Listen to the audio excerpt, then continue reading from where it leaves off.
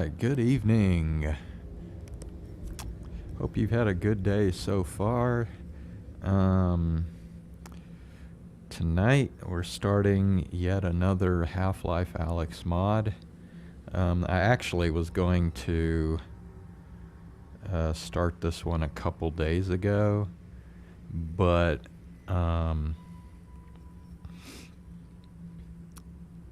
it said in the mod, like right before you start, that the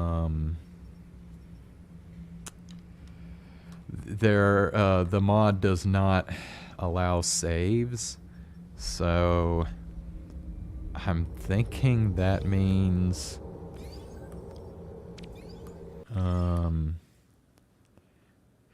if you die at any point, you have to start the whole thing over again. I mean, I'm pretty sure that's what no saves means. So, yeah, we'll see how this goes.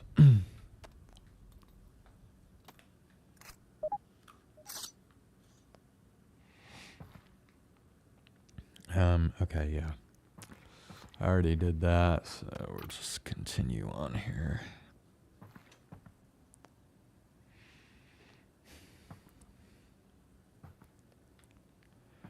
Alright.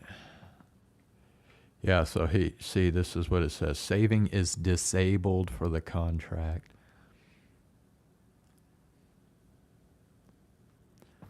So, last stand mode? Okay. Alright, well, I guess we will see what this is about.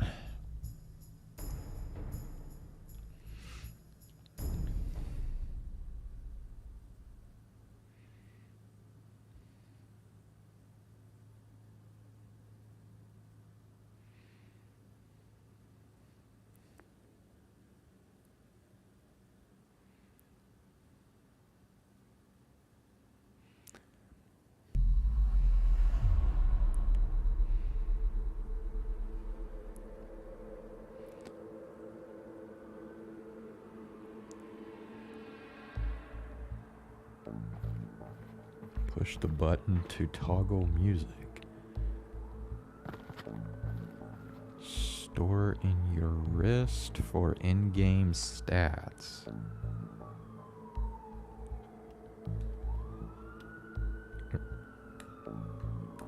Oh, seriously?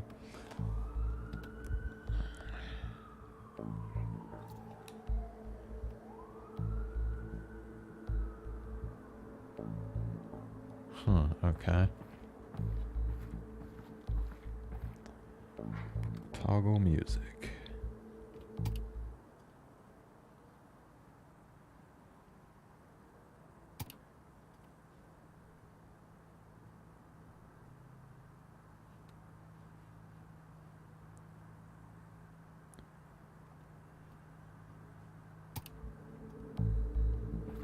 Okay, I guess that just means turning it on and off.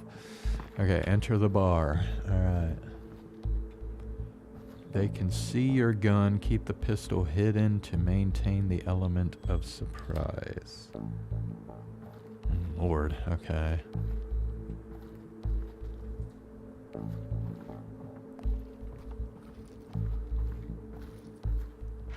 Boss close, pal. Fuck off. Okay. Guess you can't just enter. Oh, this is as far as it lets you go. Okay.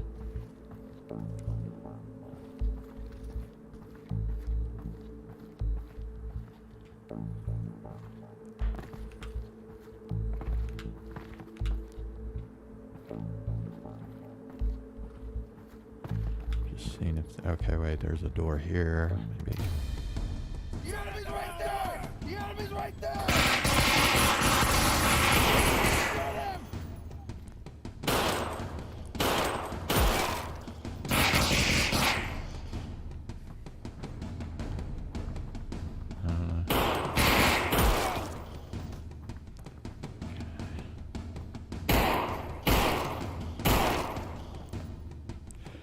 Too bad headshots are not a thing in this game.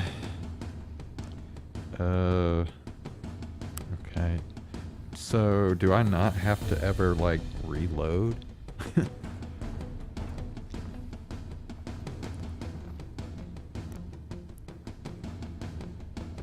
I guess that means ammo is not a thing. Let's see. I'm already at half health. Shoot it down, fucker!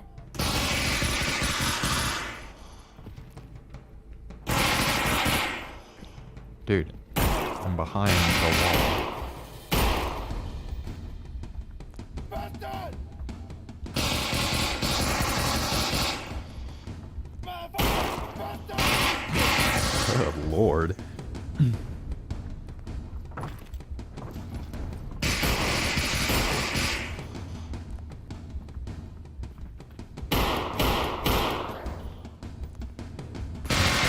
Checked magazine, so I guess it is a thing.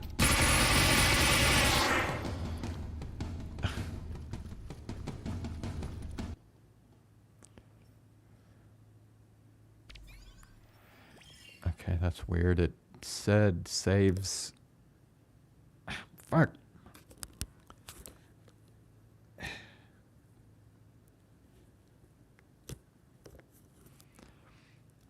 It said saves weren't a thing, but I don't know.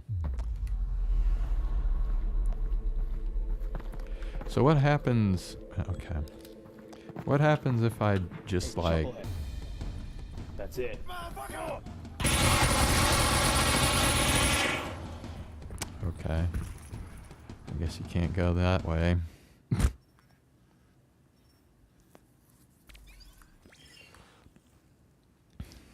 I mean, it says keep the pistol hidden, but shit.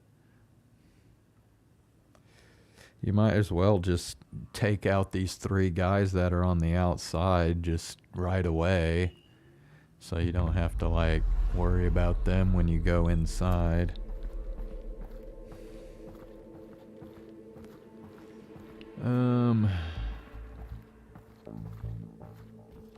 Yeah, I mean, there really isn't a good place to hide. I mean, I guess you could go in here, but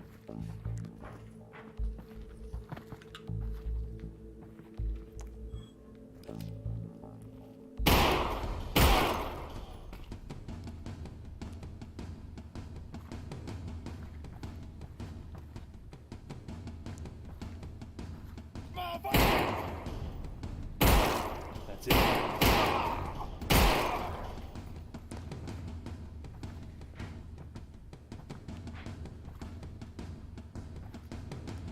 so now the question is, do we go through this way or do we go the other way? Shut up! Bastard!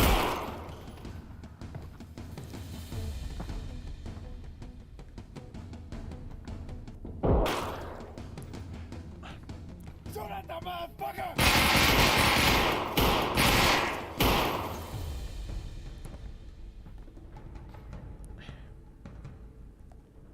Oh, I forgot to, fuck. I forgot to equip that thing you're supposed to, yeah.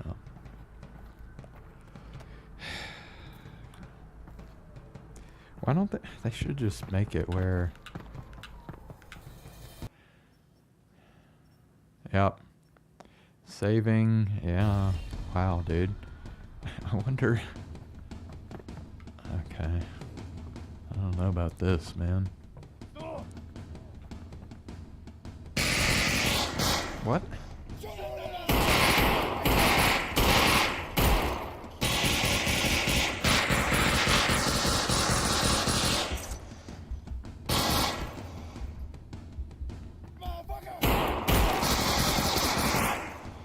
See, this is what I hate. They can shoot you through shit.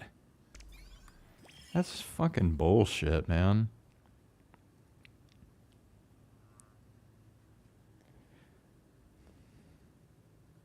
Shoot you through walls.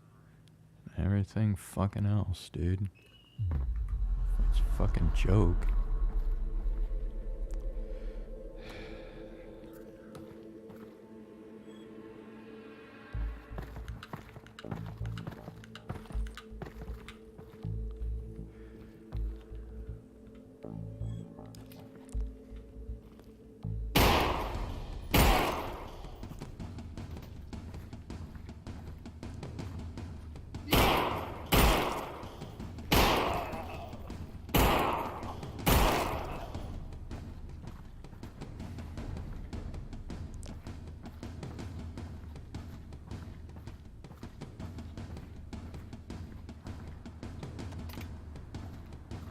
Shoot at them!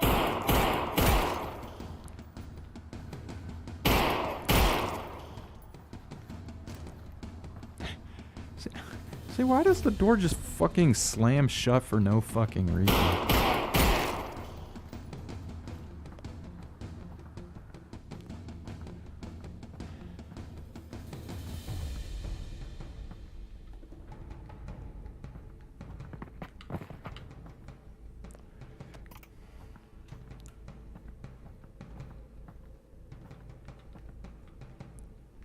Motherfucker! Enemies right there!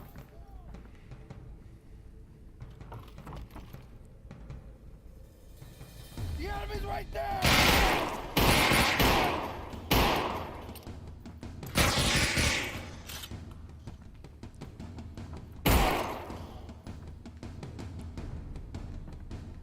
Motherfucker!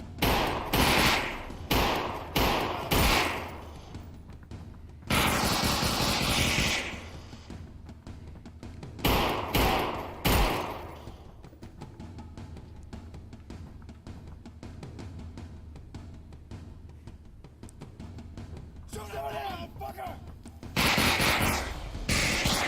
Shoot at Bastard!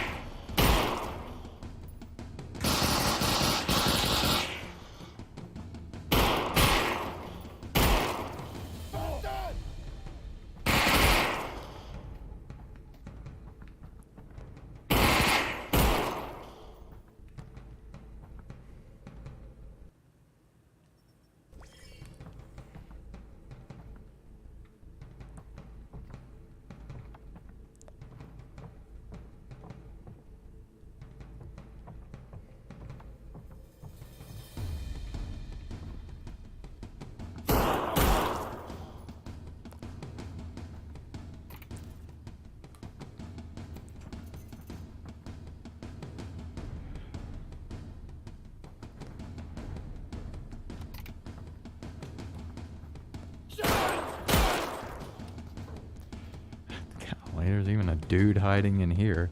Like, I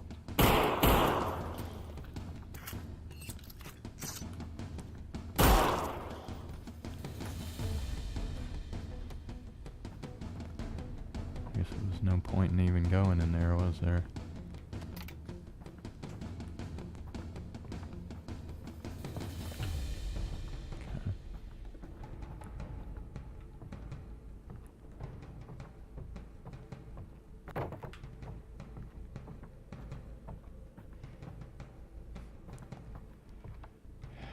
Okay. Hold on. Let me.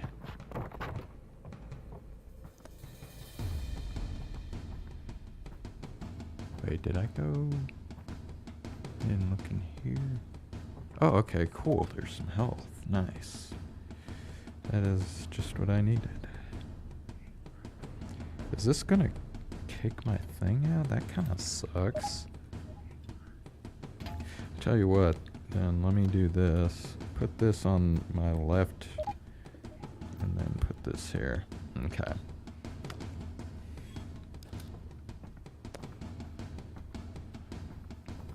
Alright, let's go upstairs.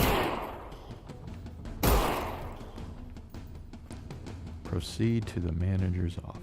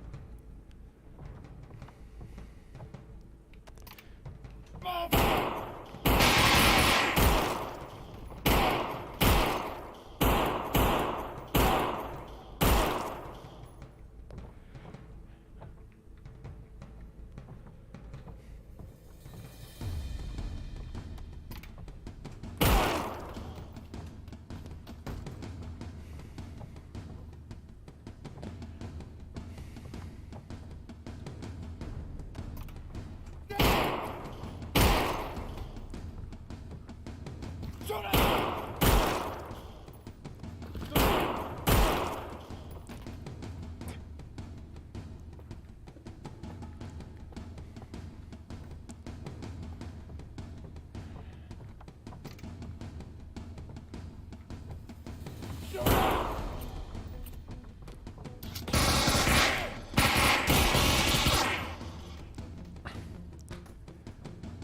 Bro. Jesus Christ, dude.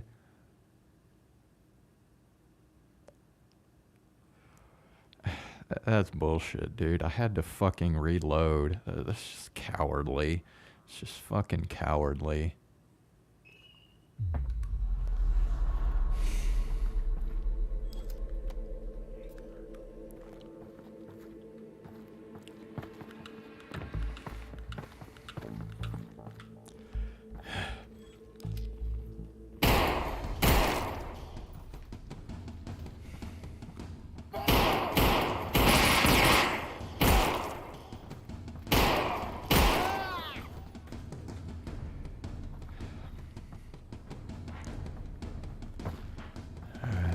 We'll go this way. Seems to be better.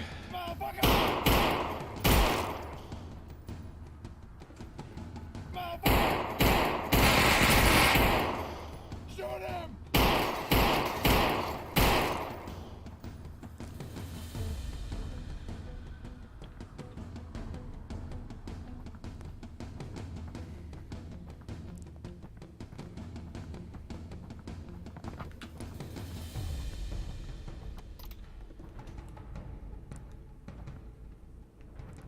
Shoot him! Shoot him!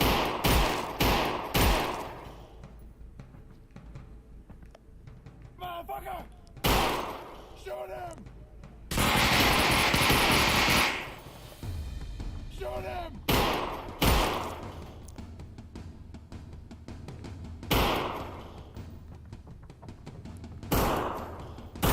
Shoot at the motherfucker!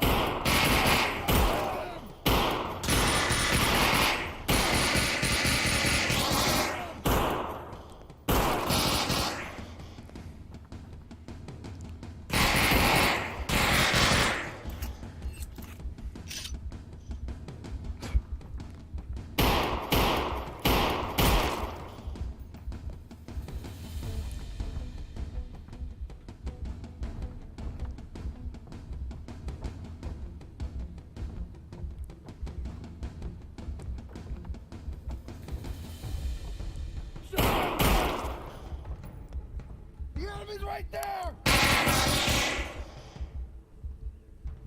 There!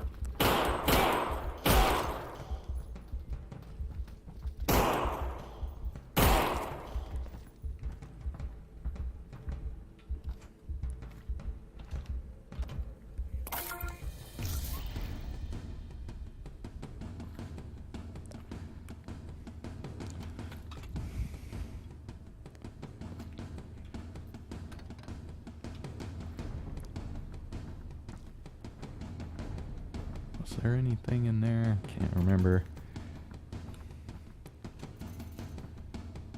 No, there isn't. Shoot him!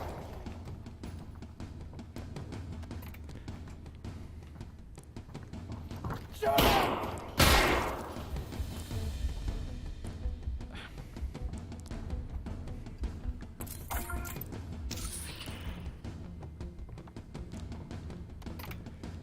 Shoot him, motherfucker!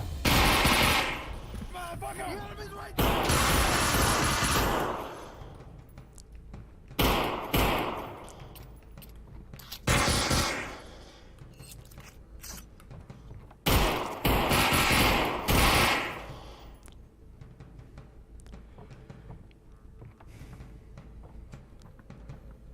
What if I go in here? Oh, you can't. Okay.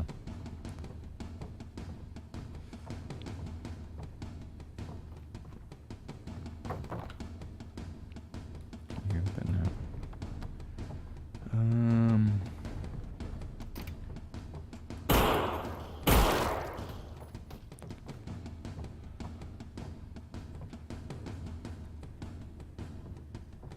Okay, that's kind of fucked up.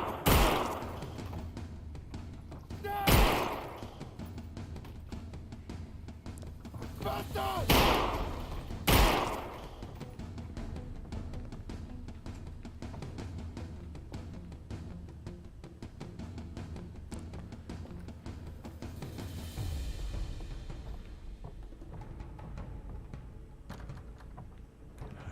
go that way. Alright, this is where I died last time.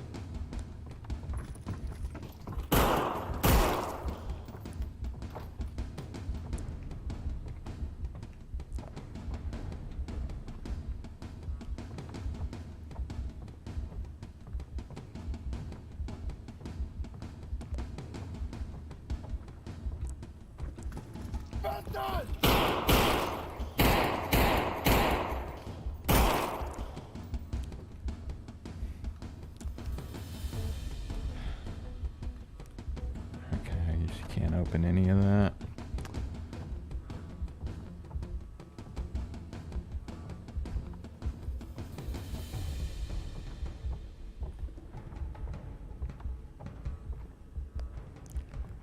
I don't know. I feel like maybe there's some health somewhere. Like, okay.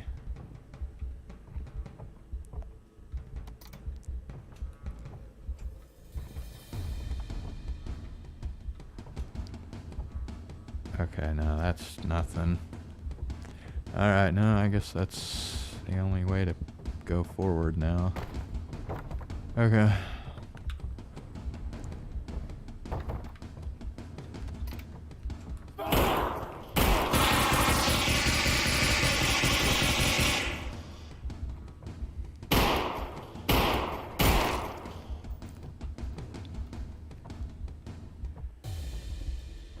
Get the key card.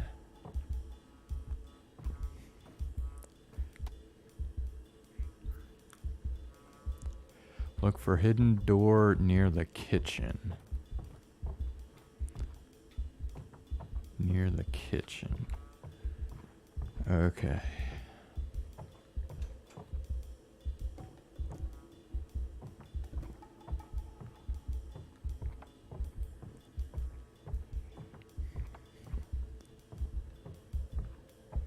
Shoot at the motherfucker!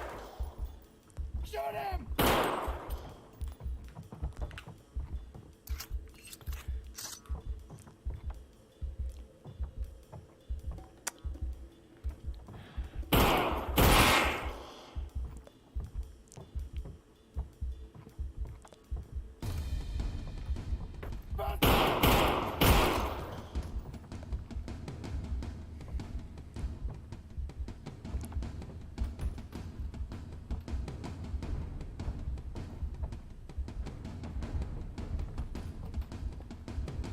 Shoot him!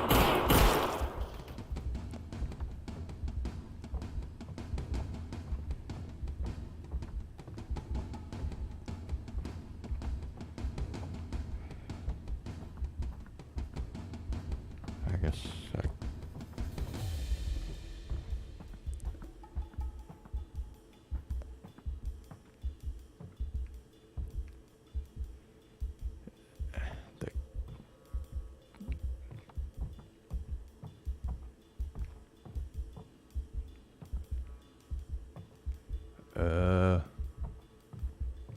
Wait. That's nothing.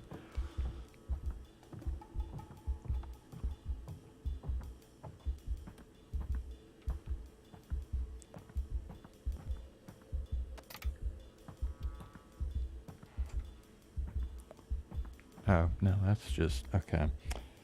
Well, I'm not sure where I'm supposed to go now. I'm still low as shit on health.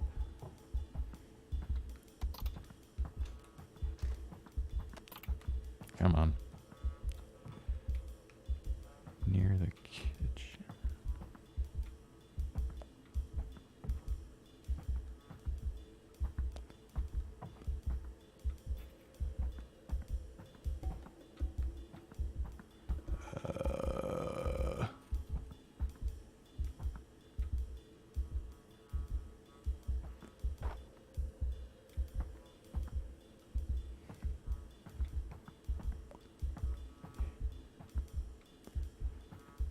I guess this is the kitchen, so I gotta look for a door near here.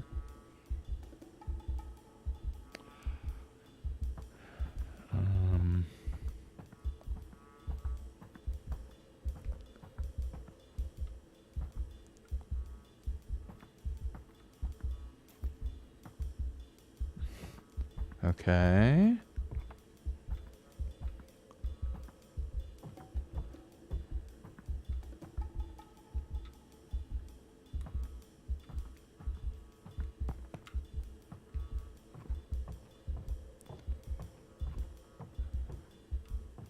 This is confusing. Where do I go?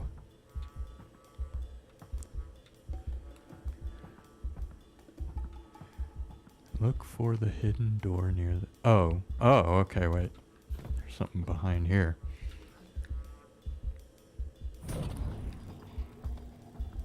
Ah, okay.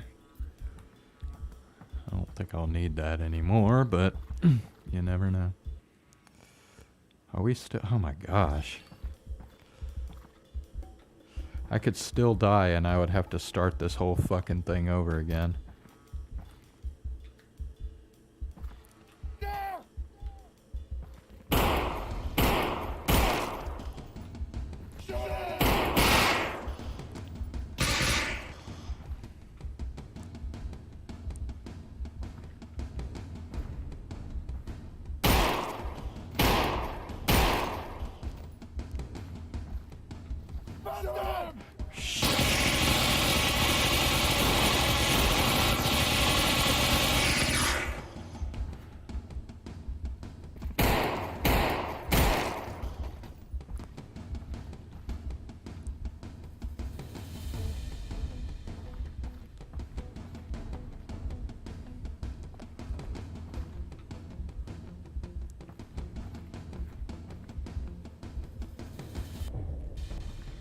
That'd be cool if I could take...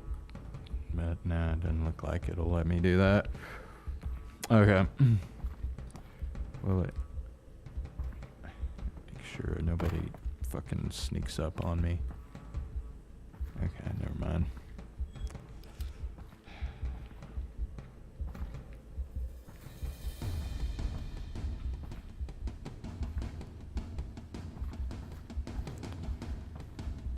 Oh, now I need a blue key card. Okay.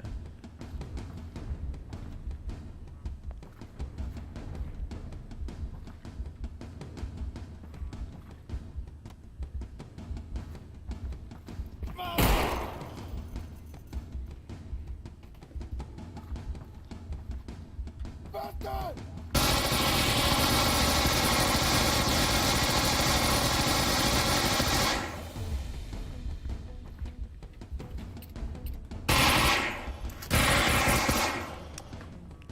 God damn it.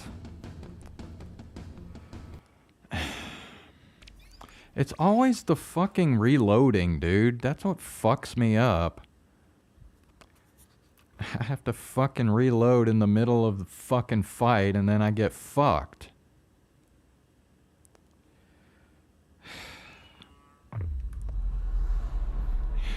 Shit, man.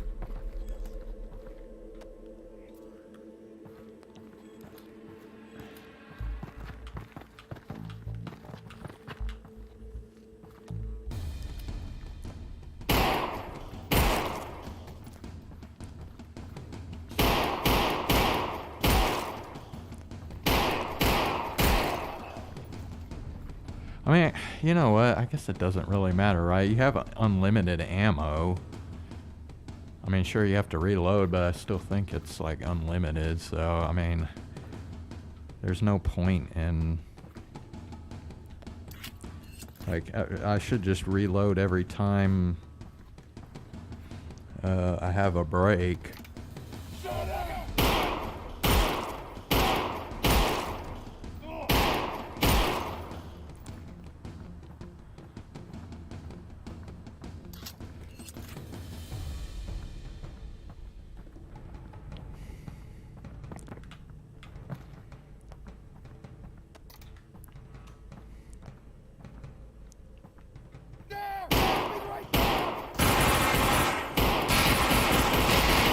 Hello?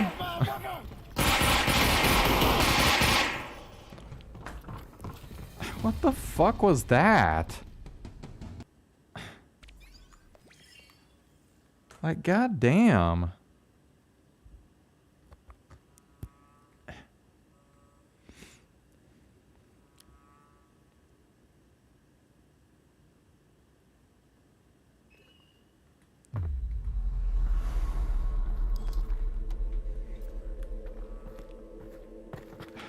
God, this is a pain in the fucking ass, dude.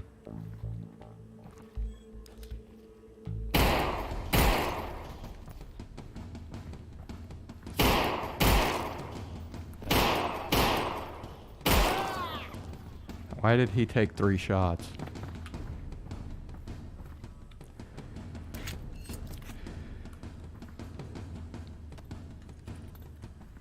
I don't think it matters. Backpack only stores full magazine. Okay, well, whatever. Shoot at the motherfucker! Shoot it!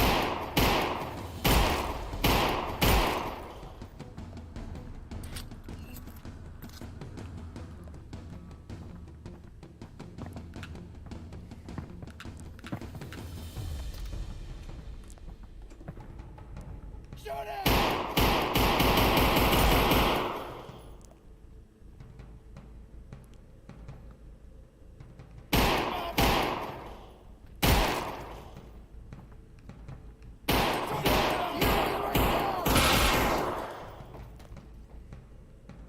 I don't know what the fuck I was getting stuck on.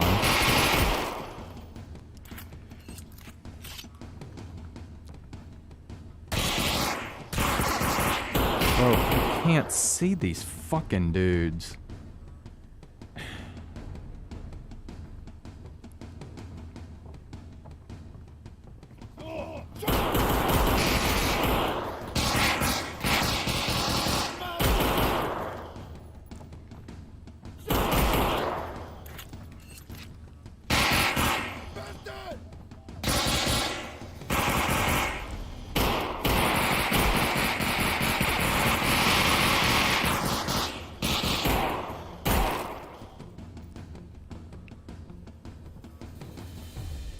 There's still a dude over here.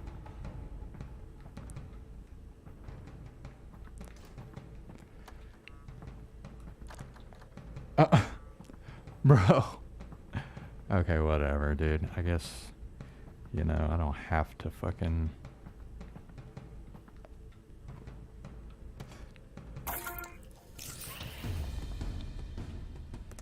we can store this one.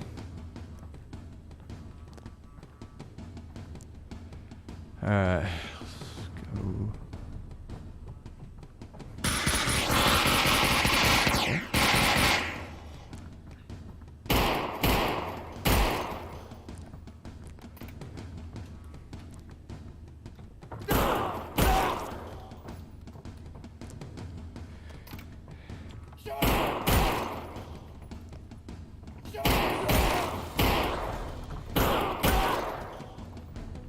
swear, I do not know where the fuck that dude comes from.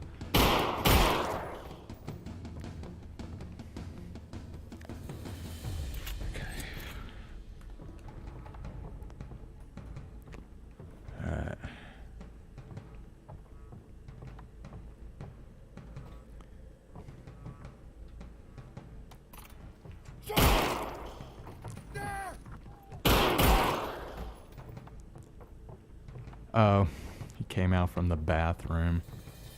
Fucking dude.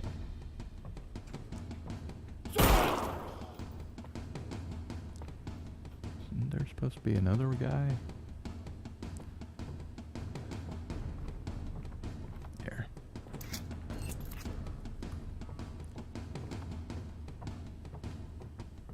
Shoot at that motherfucker!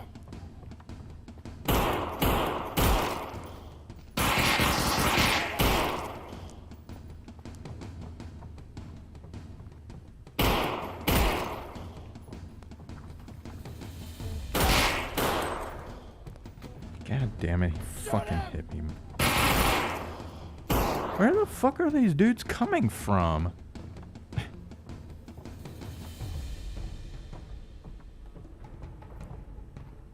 Shoot him!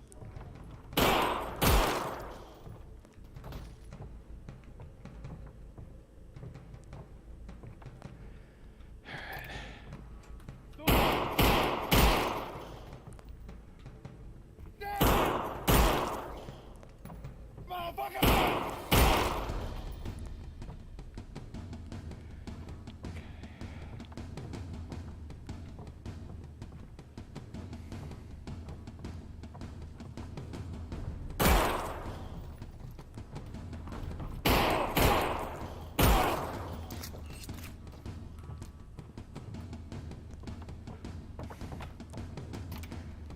Shut up!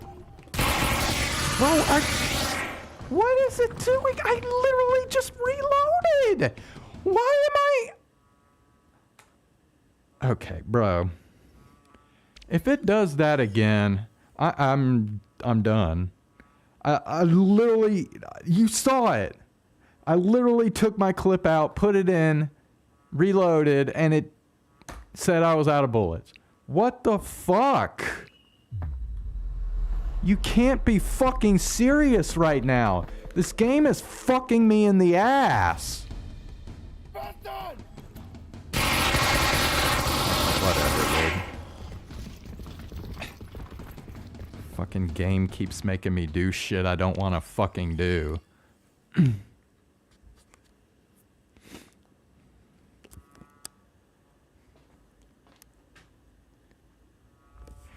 Man, I'm sorry, but what the fuck, dude? When I reload, I fucking reload. I have fucking bullets. Like, suck my dick.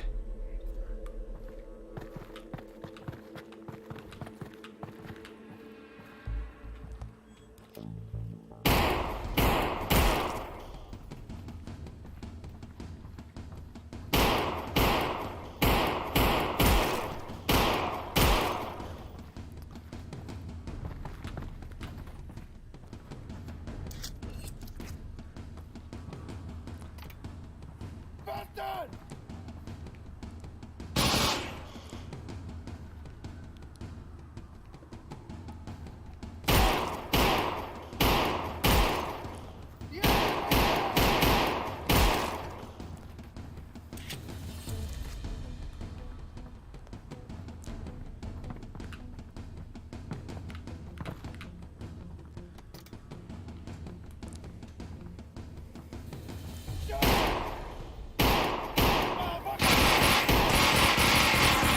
Whatever, dude.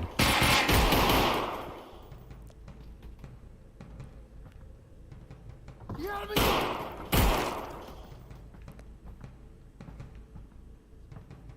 Bastard!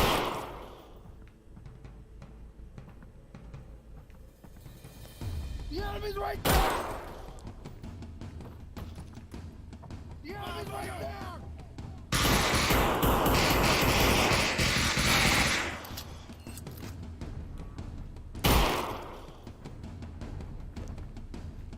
Motherfucker!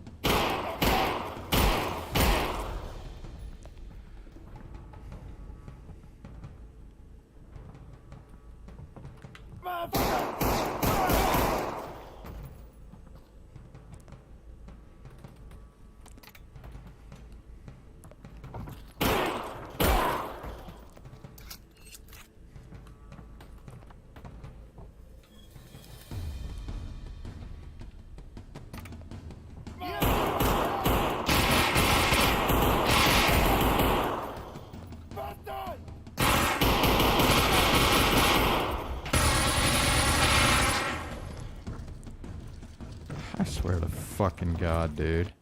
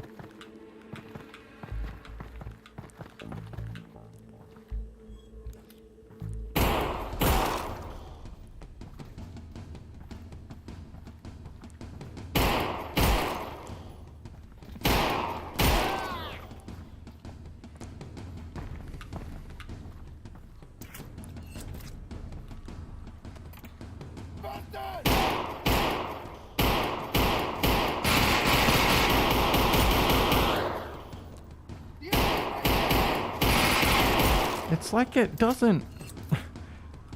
Where are my bullets going? Like, bro.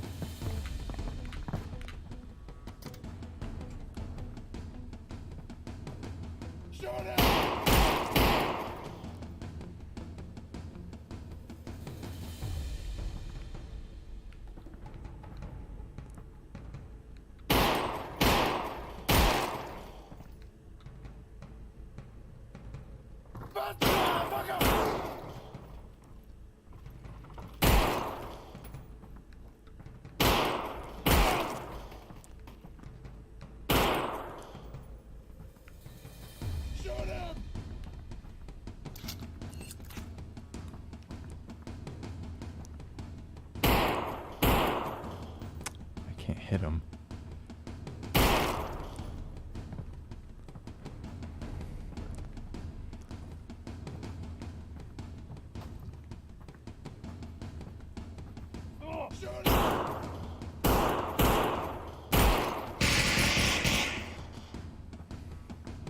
The enemy's right there! Shoot him!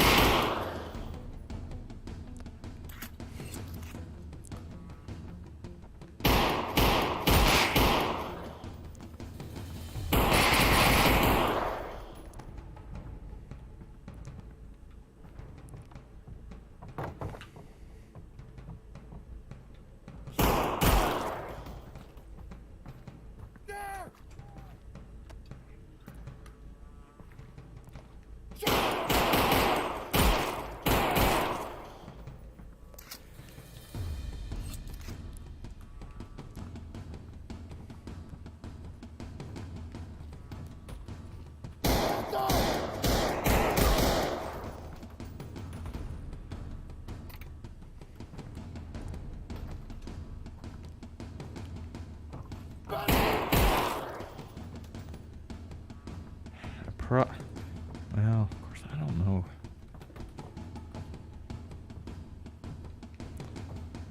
I don't know. There's some dude that, like, comes... I wonder if he's coming from behind this door. In which case, I mean, I have no way to defend myself.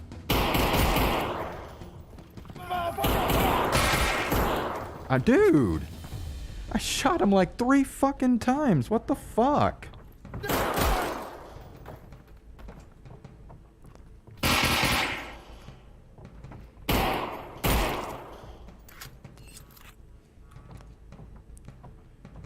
Alright, get this dude.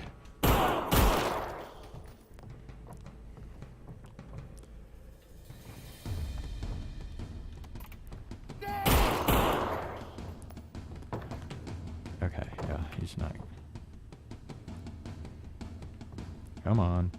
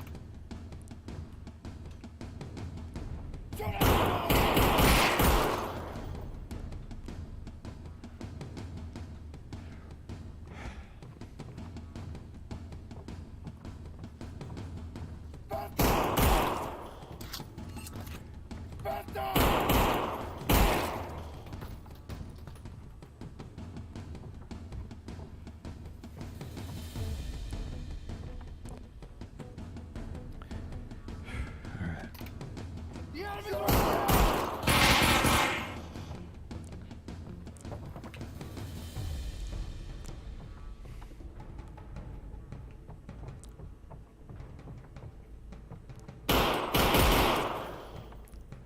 Shoot him!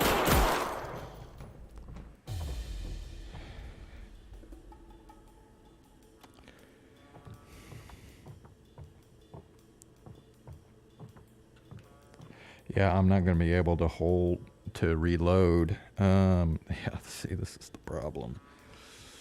Fuck. I mean, I could just keep dropping it and then... Shoot at the motherfucker!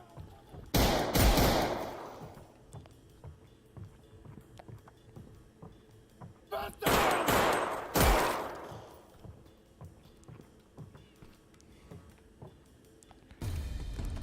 Shoot him!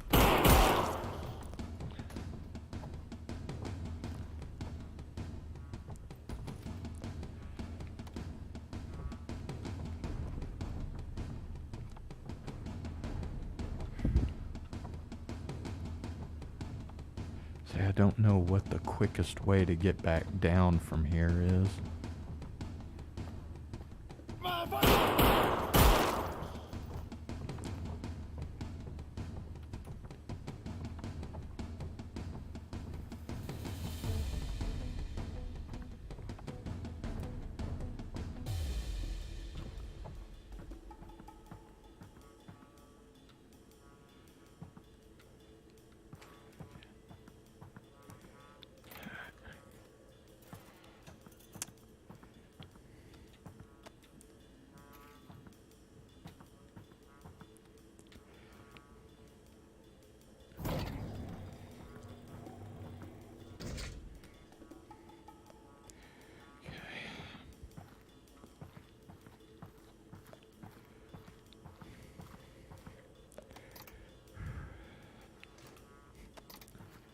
Shoot him! Shoot him! Bastard!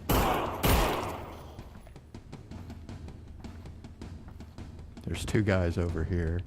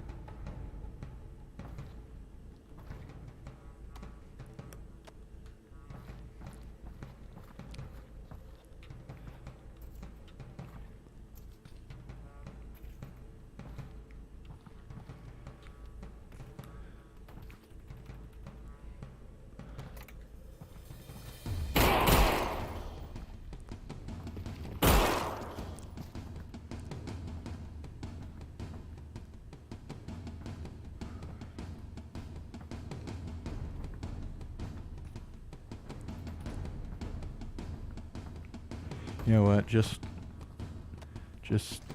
you know, so I know nobody fucking sneaks up from behind me.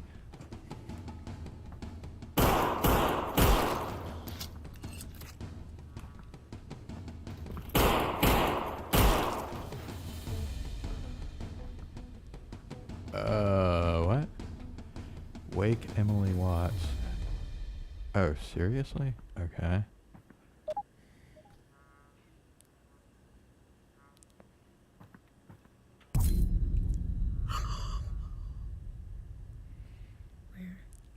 Where are we?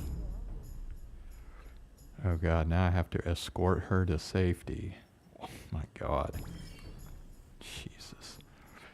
Is this gonna do some bullshit where if she gets shot and she dies, then I have to start the whole fucking thing over again? I swear to god, if it's like that, forget about it, dude.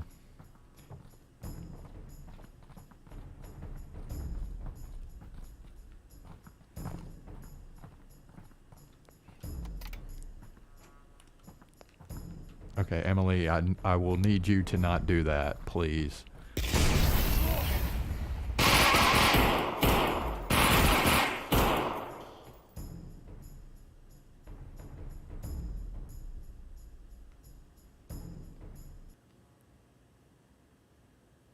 Yeah, no. No, no, no, no, no, no, no, no, no, no, no, no.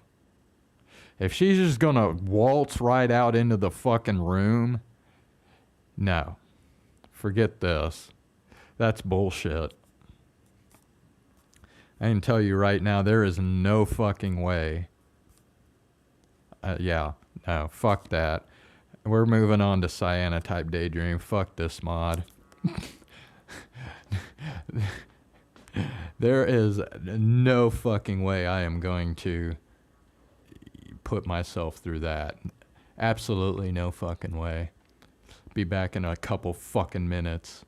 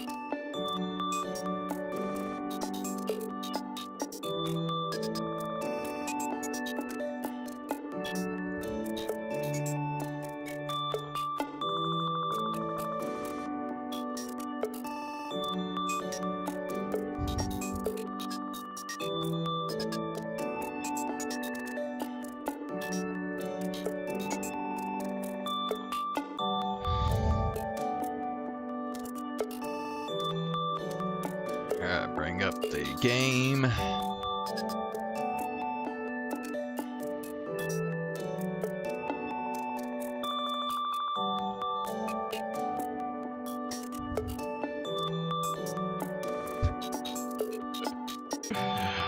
I mean, how funny, how ridiculous is that? I go, oh, if I'm like, as soon as I see the fucking escort objective, I'm like, if they fucking make it where you immediately have to start all over, if Emily gets, if they kill Emily, then you could forget about this. And literally the very next fucking thing that happens, she waltzes out into the middle of the room and gets fucking shot. One shot is all it takes. She's dead. You start the whole fucking thing over again. Forget about it, dude. No way. No fucking way. I mean, you have to be a fucking masochist to try and complete that fucking bullshit, dude. You have to be a fucking masochist. So yeah, I just noped right the fuck out of that the instant I knew what the fuck the escort deal was all about. Yeah, no fucking way. Yeah, no. That's just fucking ridiculous. Seriously. Alright, so, I only played this for like 15 minutes yesterday, so basically the only thing that happened was, Asuma was talking to his wife about how nobody else besides him wants to research base will deficiency. And then, I don't know, the rest of the conversation was just kind of idle chatter, how does the coffee, how does her coffee taste so much different than my coffee when we use the same ingredients and the same tools to brew it? That kind of thing. So, yeah, that's pretty much all that happened yesterday, so, yeah. Alright, continuing on. Today is my second and last stint in the middle side for this week. As usual, a sigh of frustration escapes my lips as the elevator doors open. It has become a habit of mine whenever I'm exasperated. I cross the middle side square on my way to the Institute. It'll be just another day of analyzing deterioration in the inner walls, and dealing with water purification and broken farming robots. As I look forward to wasting my whole day in that musty room, I notice a low-sider boy tinkering with some kind of electronics on a bench as I walk by. Remembering my conversation with Reno yesterday, I slow down my pace to take a closer look. I realize that he's holding a primitive flashlight mechanism in his hands. It seems like he's trying to fix it using spare parts. As I slowly walk past, a small cylinder falls from his hand and rolls up by my feet. The boy chases after the little cylinder, but stops as he comes within reach of me. He then looks up at me, clearly unsure as to what to do.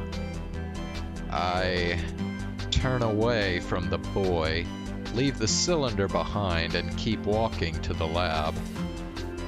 Perhaps there's some truth to Rio's words.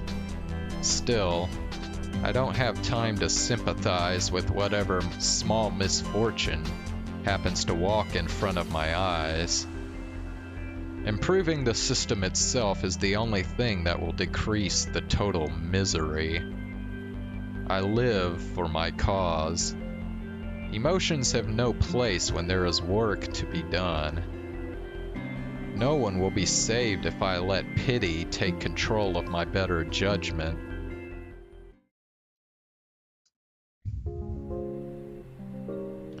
I finish up some tedious busy work, then go back home to where Rio is waiting. By the time I get to the dinner table, she's mostly done setting the plates. 豚肉久しぶりじゃない？ She says, gleefully serving me a gracious helping of pork sauté. All I can muster is a half smile. Probably slaughtered pigs that I arranged for. No doubt some people couldn't find a use for the pigs after asking for them, so they ended up dumping them at the distribution station after realizing they couldn't care for them. 体にいいんだってね、豚肉。らしいな。さて、今日も愚痴を聞いてあげなくちゃ。今日は別にないよ。嘘。顔に書いてあるけど。うん。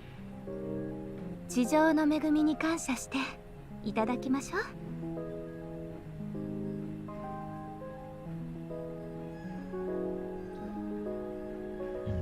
She puts her hands together, and after she repeats her usual chant, she goes for the knife with her left hand, but it slips out of her fingers. The knife bounces sonorously off the edge of her plate and falls to the table. Great. Does that mean she has base will deficiency? The clatter it makes echoes loudly in the silent living room. For a moment, all my thoughts halt. My eyes go from the thin crack spidering out from the plate's edge and up to Rio's face.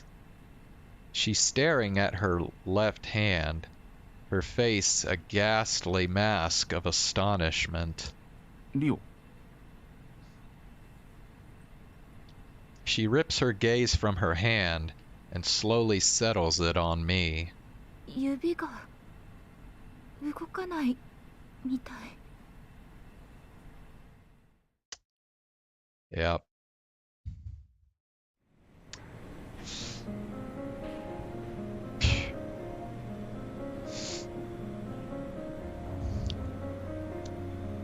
A few weeks later, somehow the other members of the laboratory caught word of Rio's symptoms appearing.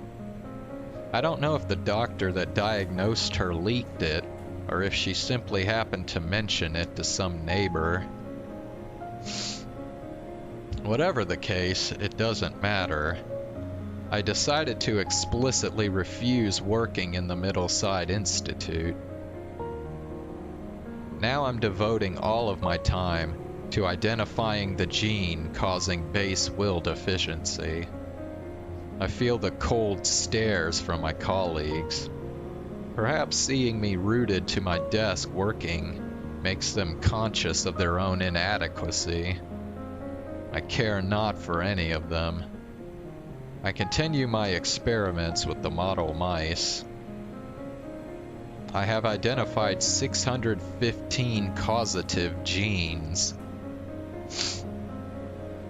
But there are still factors I haven't been able to identify.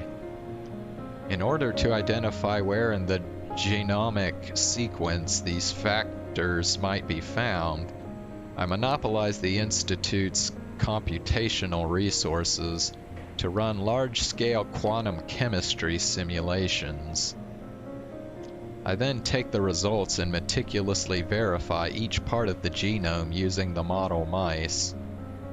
I keep them in an automated cage spanning the entirety of one of the lab's walls. The finely delineated hexagonal capsules that hold the mice remind me of a honeycomb. The testing facility houses a maximum number of 2,048 mice with base will deficiency, and I perform therapy simulations on all of them every single day. And each following night, I dispose of 2,048 corpses. I keep working untiringly, dreaming of finding the defining factor in their genome. I continue my experiments on my own. And around the time Rio's motor impairment progresses to her right elbow, the day finally arrives.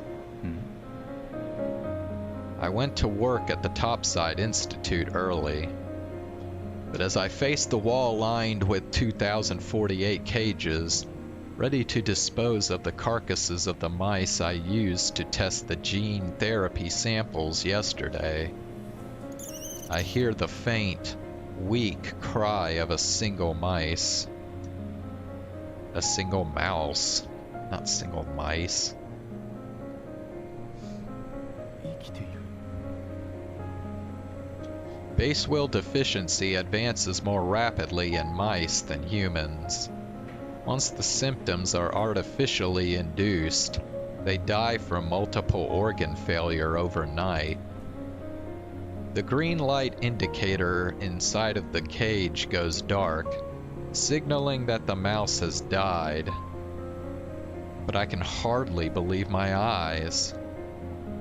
One soft green light is still glowing. Surrounded by 2,047 pitch black cages holding only corpses, that one light shines like a single star in the endless sea of the universe. 生きてる。 The tiny mouse runs circles inside its enclosure.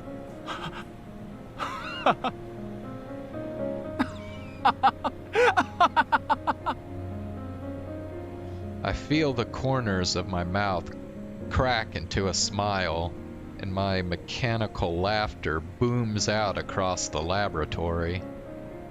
A rush of euphoria courses through my body. Finally, I found the answer. I finally did it. I outwitted all those incompetent researchers, just whiling the days away, waiting to die. I did it on my own. I made the discovery that will save Rio and humanity.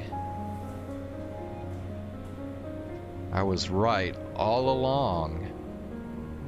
I was the only one in the right in this worthless city. There, in the empty testing facility, I laugh till my throat becomes sore.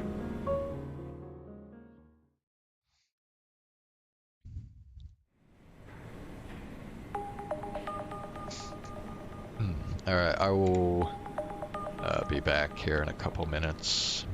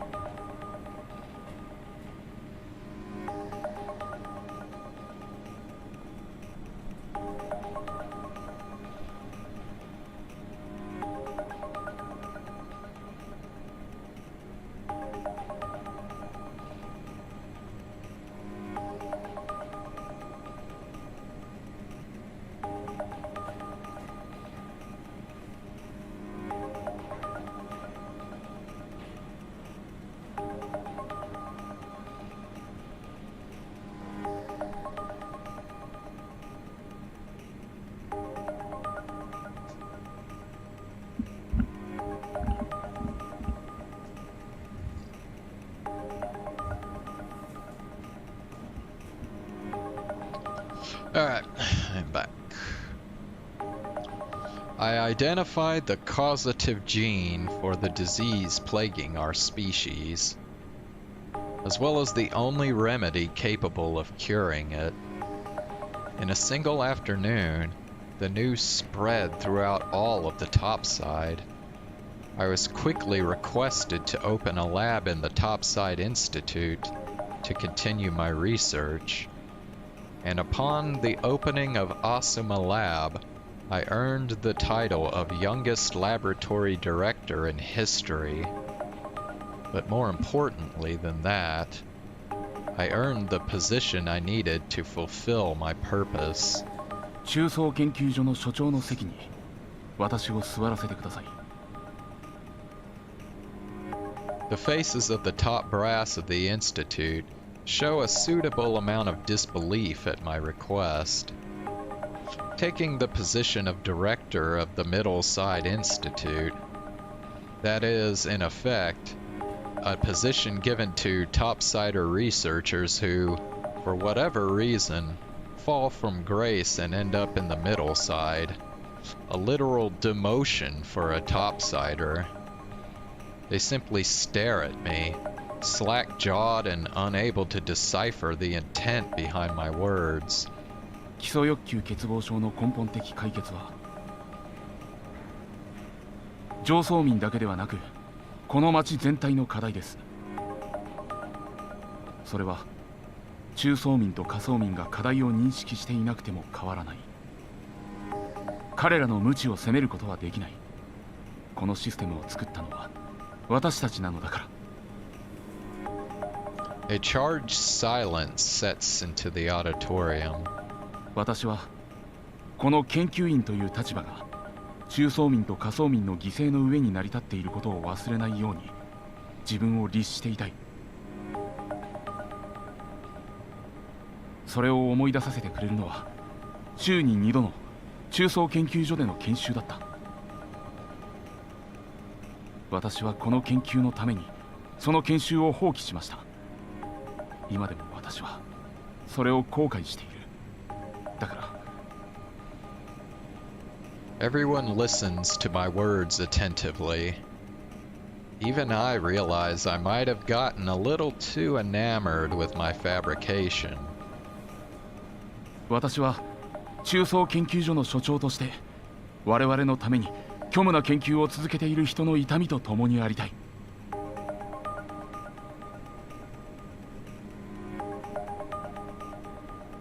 基礎欲求欠乏症の治療という最先端の研究をしながらこの町の土を踏んでいたいんです。 As I bowed to put a ribbon on my impressive theatrics,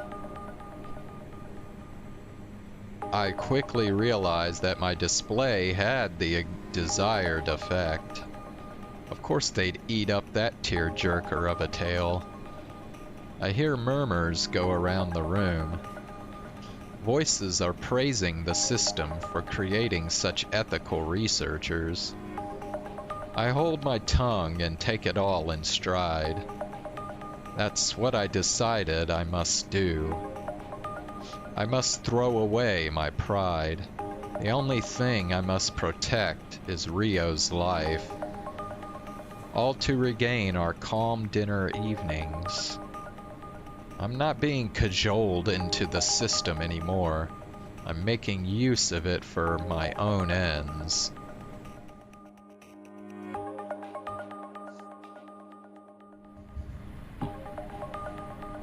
Okay. Again, I'll be back in just a minute.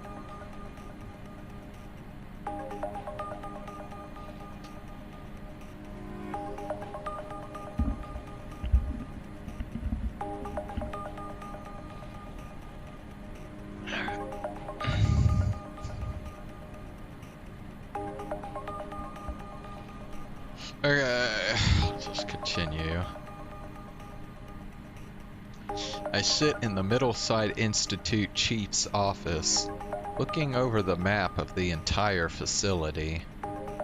The 3 upper floors are limited to topsider researchers. Best to stay away from there. The 4 lower floors of the building are devoted to labs developing UV-resistant materials. この建物には地下があるのか。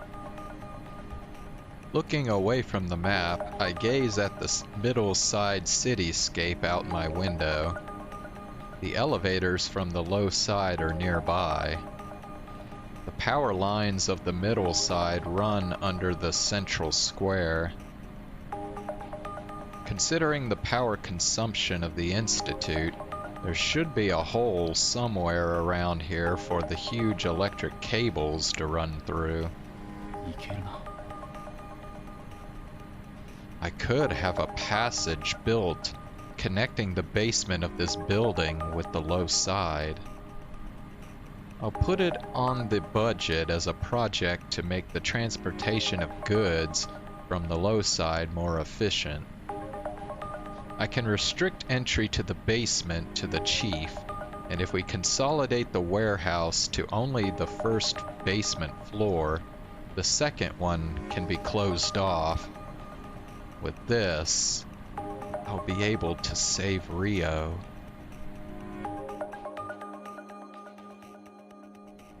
Okay. It'll take 1 year at the most. That's the time I estimate it'll take me to save her. It took 3 months to build the passage connecting the low side with the Institute, all behind closed doors.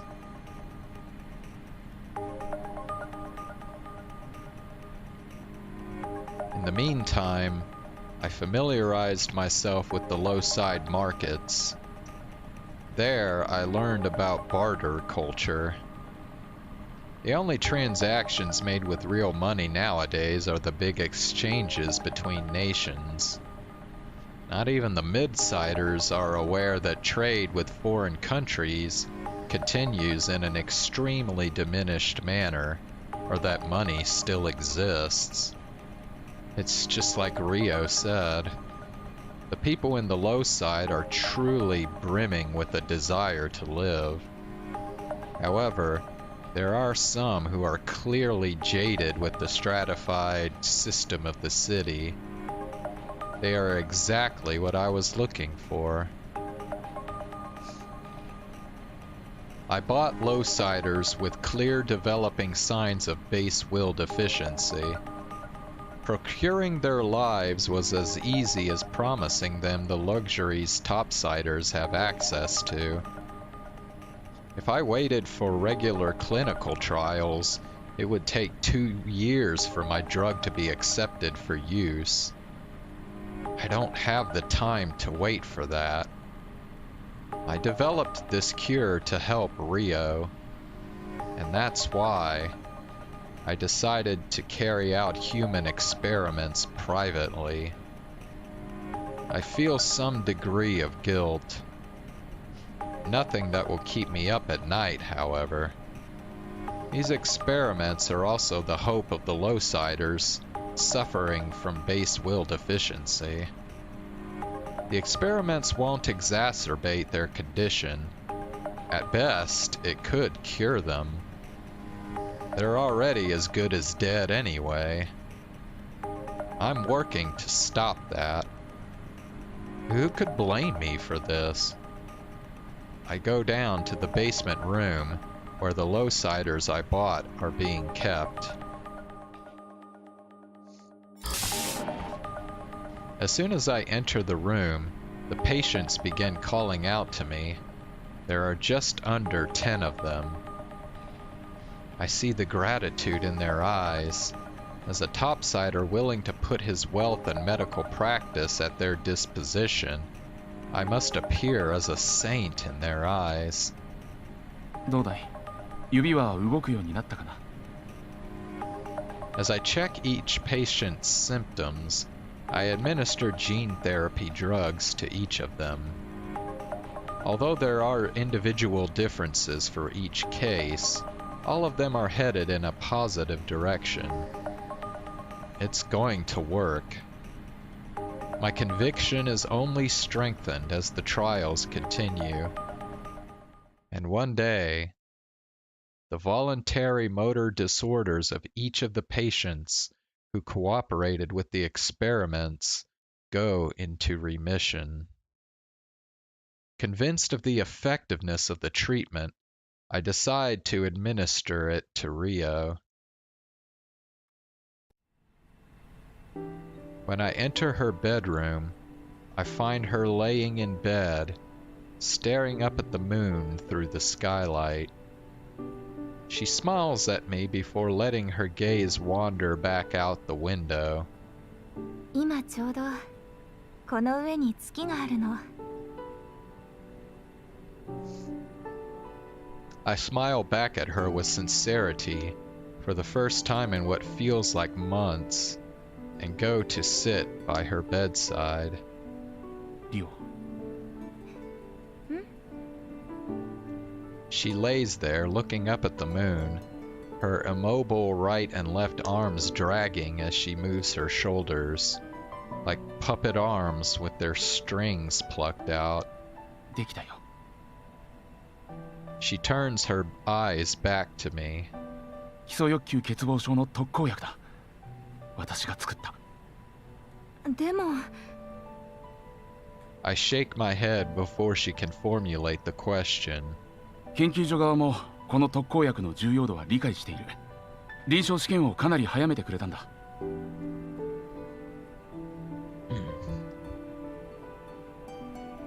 Rio's eyes widen in amazement.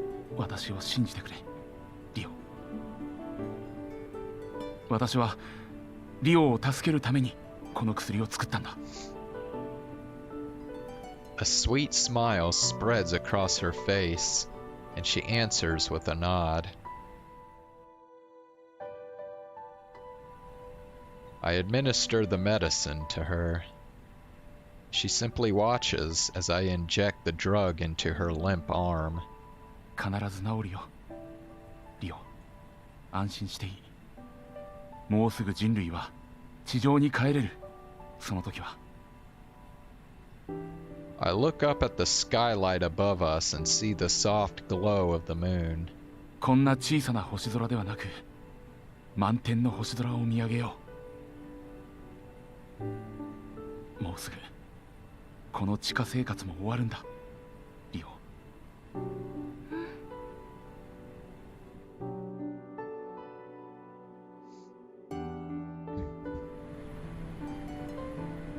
As I finish my experiments on the Lowsiders and Rio's symptoms stabilize, I gradually move my activities back to the Topside Institute. The formal clinical trials continue apace there, but they move at 1/10 of the speed of my secret trials down in the Middleside Institute. It's far too inefficient. Their prudence is borderline unbearable. I spent so much time on this, so much trial and error, sweat and blood. I internally curse their laid-back approach as I listen to the reports of the seemingly infinite clinical trials being run one by one. ただいま。 That day, I find Rio sleeping when I come home. I stand at her bedside and look down fondly on her. She sleeps placidly, her chest heaving slowly. I take the chance to administer her nightly dose and brew myself some coffee. Drinking my own coffee only makes me realize how much better I like Rio's. If she can move her arms by tomorrow morning, we can celebrate by brewing some coffee. I go to sleep that night dreaming of the better tomorrow I have worked so hard for.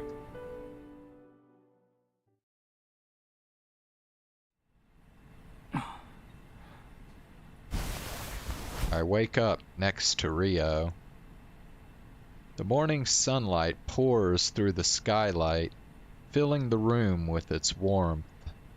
おはよう、リオ。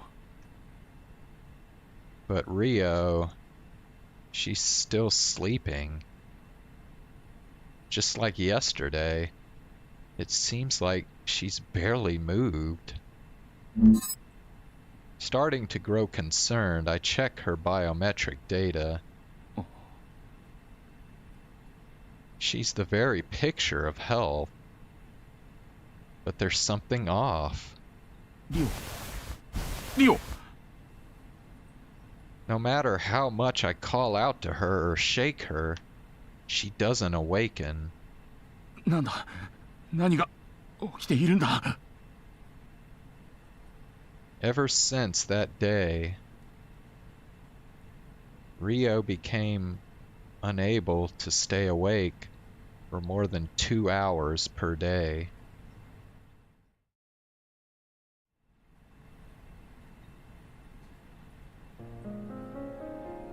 Wow. That sucks.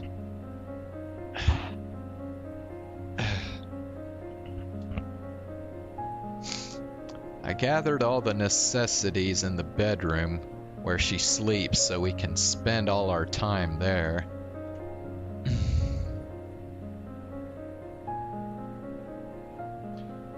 I stopped going to work at the lab and became absorbed in attending her needs. Until one night, an ominous sound pierces my ears. 心肺機能か。 The multiple organ failure and base will deficiency always begins in the heart and lungs. I hook my wife up to the cardiopulmonary bypass machine I brought from the lab.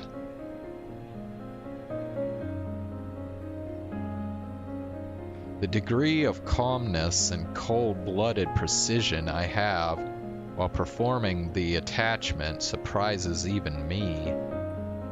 To be quite honest, I was prepared for this to happen, but I couldn't admit it to myself until it finally stared me in the face. I stand next to her fragile body in silence, a million thoughts racing in my head. I made a mistake. I must have. No. It's not over. Whatever's happening to her body, I'll use the bodies of those Lowsider subjects. I'll find out what's going on. This isn't over yet. I still don't know if this is my mistake or not.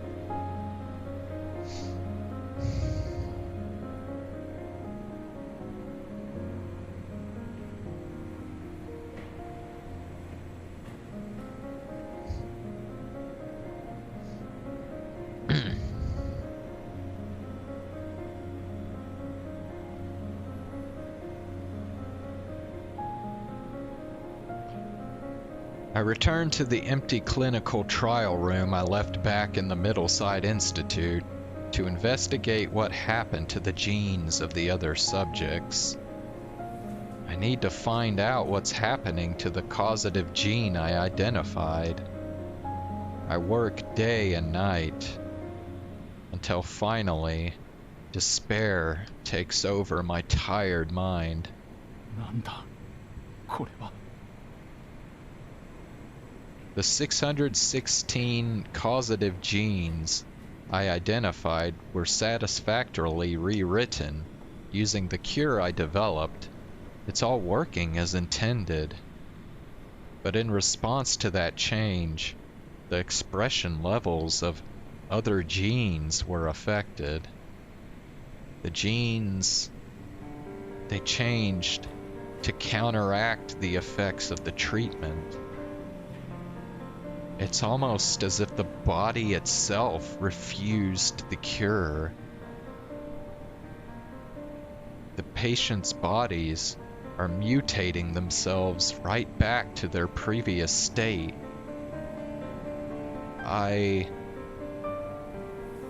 Did I merely unravel one knot of a hidden tangle?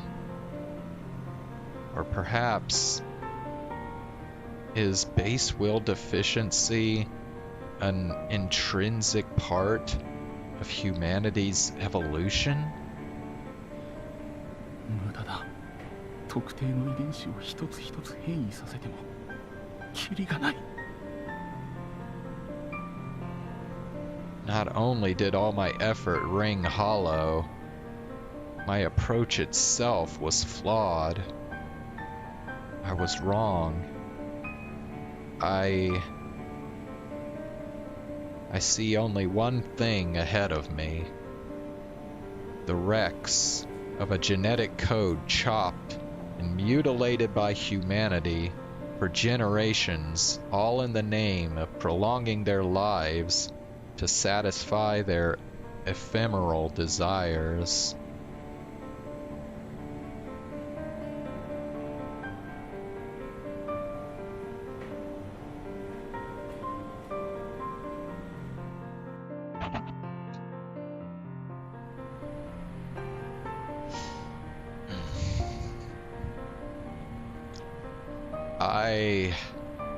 I immediately apply for the suspension of Asuma Labs research.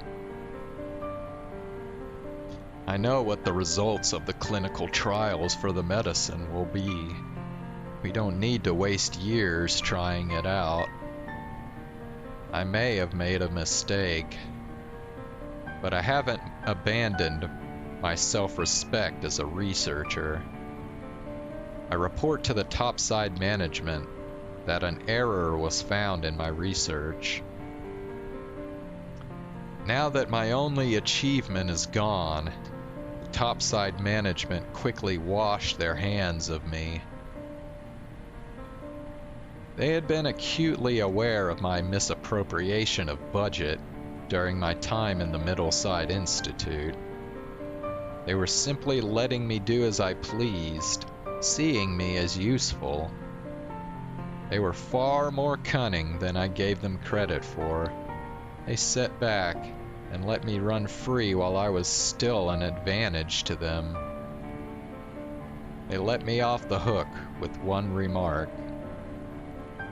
We recognize your thoughts on the Middleside Institute to be genuine. I was demoted to Midsider and appointed once more as the chief of the Institute.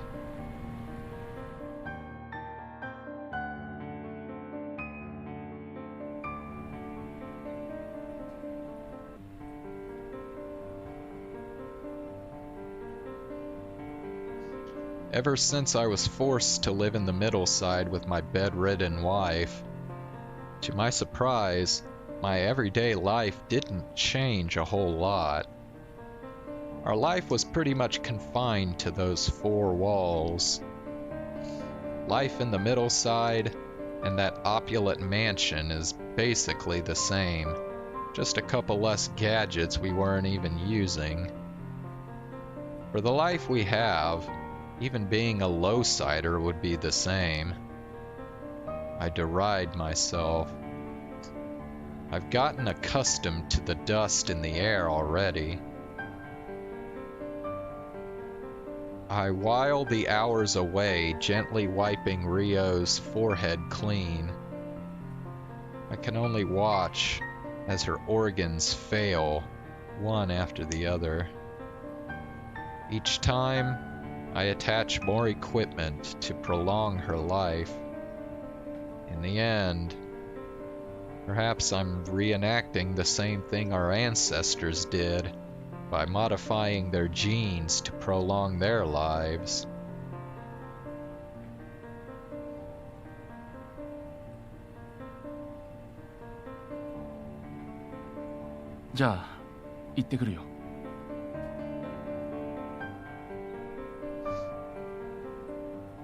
It's become my daily habit to say goodbye to her before going to work, despite not once getting an answer.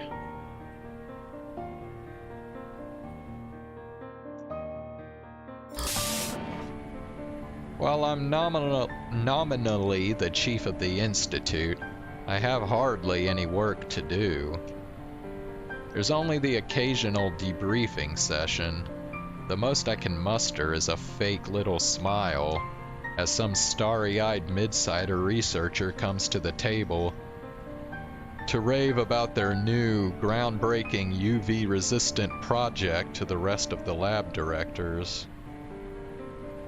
If they all went up to the surface, the most that would happen would be their skins turning a couple shades darker. But I keep that little bit of irony to myself. One such stagnant day, a young man holds a particularly eccentric debriefing session. Have any of you ever experienced a dream that felt like reality? He begins. If we could wield that natural phenomenon and expand on it, don't you think we could stop this mad scramble for the surface? He has long white hair and striking red eyes. The androgynous youth faces the scathing questioning of his colleagues with surprising ease. He simply lets their hostility roll off his back with a smile on his face, and doesn't bother responding to their bad faith questions with serious answers. It's no use entertaining these idiots. He doesn't say it aloud, but I can see the words going through his mind as if they were my own. After the other researchers voice their negative opinions on his proposal, I fully approve the budget he requested and give him an individual lab. To the obvious surprise of the rest of directors sitting at the table, only the young man has a meaningful smile painted across his face for some reason. Phew. It was touch and go for a second there, the young man says. He jokingly wipes his brow, looking very pleased with himself.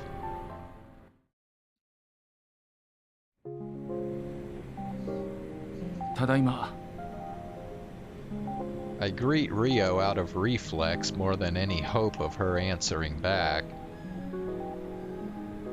That new researcher, his name is Shiona. He lent me one of his prototype machines. It can supposedly connect and share the dreams of people.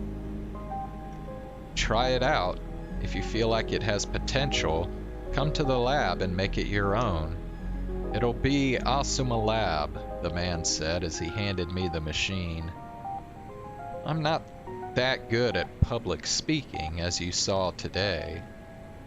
He left me with those words, his tone carefree and juvenile. Seeing him dedicated to his research in such an uncompromising and pure way, with seemingly no ulterior motive, it makes jealousy spread through me with cold, bitter tendrils.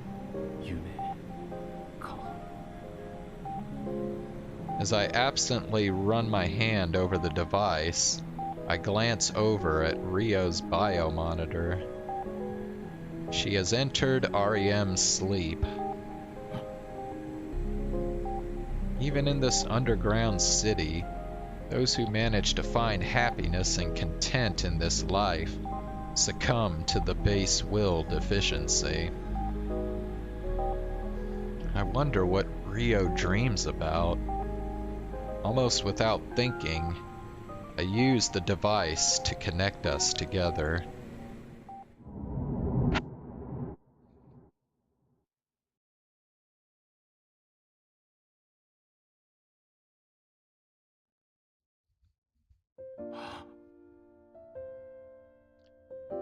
As the device starts working and shows me Rio's dream, I'm met with an almost magical world where memories revolve around me and come to the forefront like a magic lantern.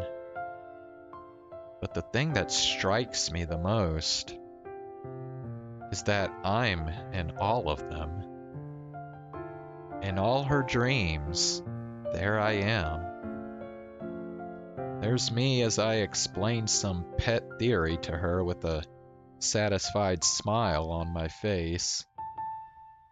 There's me as I complain about the city's management with a frown creasing my brow. And me as I laugh and nod at her stories. Rio. The voice of I, a bystander in this space, echoes across the images revolving in her mind. Was this it? Was this your happiness? 私との時間ばかりじゃないか。 I always was a helpless and foolish man. How could you?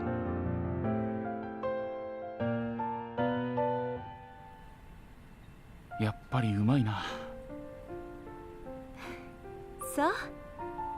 自分だとどうもこうはいかない。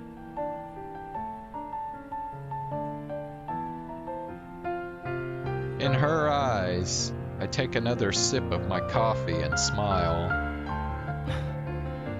リオの入れるコーヒーが一番うまいよ。誰が入れても同じだよ。でもありがとう。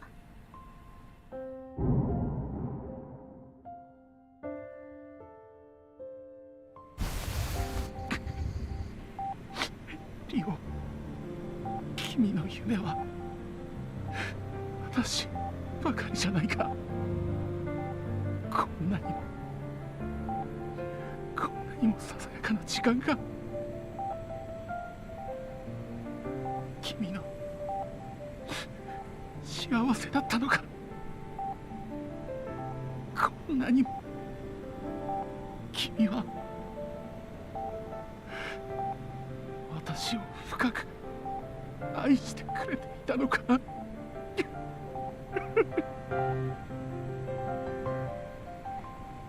I collapse beside her bed and weep for my sorrows. I bawl like a child, clinging to Rio's motionless body, hooked up to machines and devoid of the warmth and softness it once had.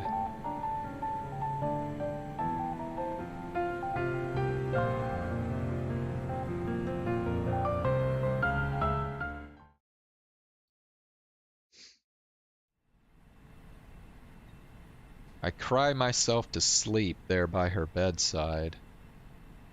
I wake up feeling like something in me was washed away. I stand in front of the mirror. My emaciated, swollen face stares back at me. My eyes are red and itchy. Dark bags spread out underneath them. But I smile at myself. I turn around and take one last look at the bedroom. 行ってくるよ、リオ。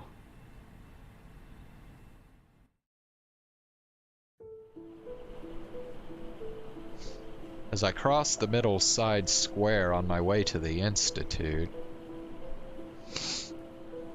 I hear the cries of children. Again, I realize they are not the joyful cries of children playing. Some of them resound with malice, and some of them with pain and grief.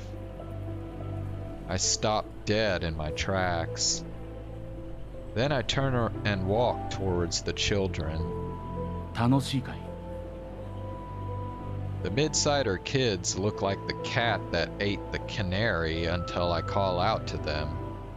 Then they look up at me and proceed to take a step away from their crouching victim. 気が晴れたかい？こんなに彼を傷つけて。君たちは何かを得たのかい？ The Midsider boys exchange awkward glances and scuttle away with their heads hanging down. I look down at the small boy still shivering on the ground. He regards me fearfully as he slowly stands up. This is how life is in this city. There are many others in the low side who feel the same as him. I bend down to his level and look him straight in the eye. The boy's clothes have a marked smell of soil and sweat. 大丈夫かな？ The boy nods at me. Seeing the glint in that boy's eyes, I realize for the first time what Rio was speaking of. In his eyes, I see the desire to live. Truly, in front of such a thing, I can no longer say this city is not worth saving. I stand up, gently stroke the boy's head, send him on his way, and go back to the Institute.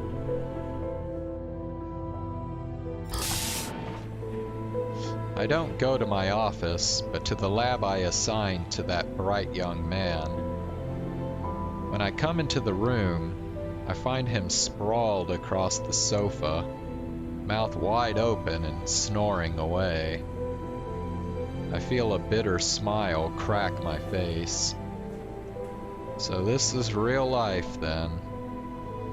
That's when I realize humanity's next hope. It'll be a different approach, one that allows for everyone in this city to lead a happy, fulfilling life while they wait in bliss for the real solution to base will deficiency to come. A way for Rio and all the people that provided me with their bodies and hopes to not die in vain. A way for them to experience the life on the surface we all dreamed of. In this little lab, a new hope called the virtual space is about to be born.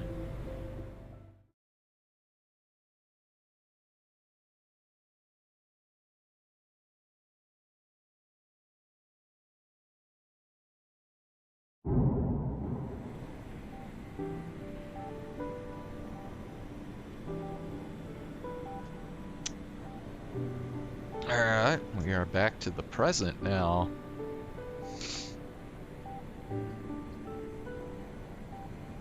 The faint outline of a familiar room superimposes itself over the one I'm seeing in my mind. It's Asuma's home. そこからは君たちが知っている通り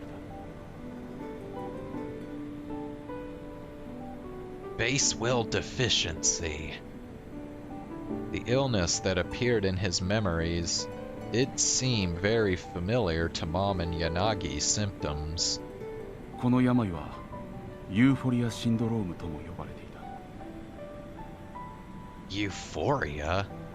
多幸感、とても幸せな気持ち。 Yanagi mutters at nobody in particular. イタリアの言葉でしょう。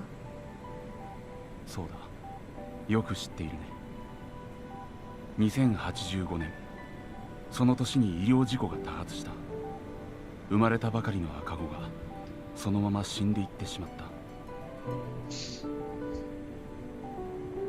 彼らは泣かずに生まれ、この世界を見ることもなく何も求めずに死んでいった。サイレントベイビーと呼ばれ、大きな社会問題になった。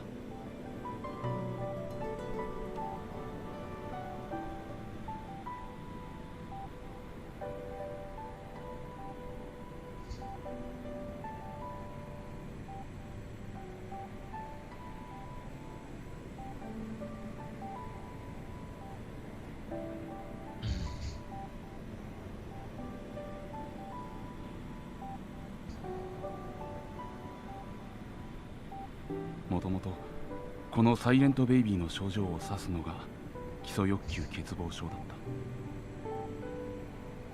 た。Asuma turns his gaze to his wife, lying immobile on the bed. だがサイレントベイビーは単なる前兆に過ぎなかったんだ。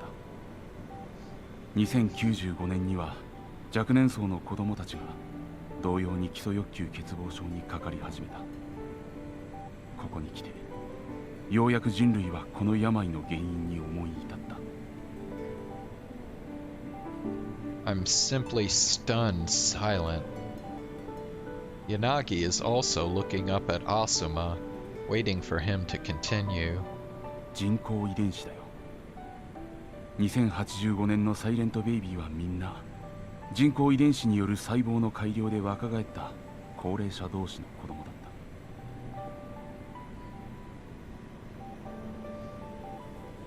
It was caused by artificial genes? But... I follow his gaze to the bed sitting in the middle of the room. Her skin has become wrinkled. She's in an obviously critical state. In comparison, Asuma doesn't look a day older than me. 本人の摂取の有無は関係ないよ。言ってみればこれは進化だ。当時の地上で人工遺伝子による細胞改良と無縁な人間など一人もいなかった。それは極めて基礎的な医療手段として普及していた。それが人間を進化させた。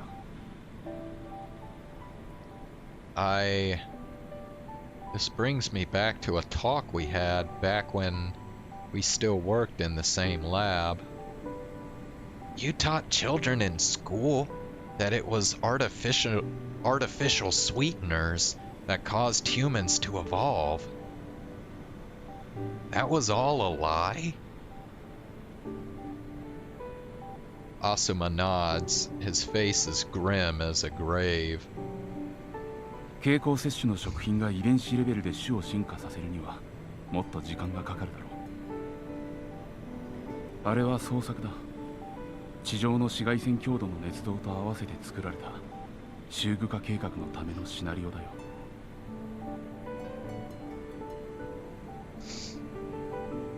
The danger level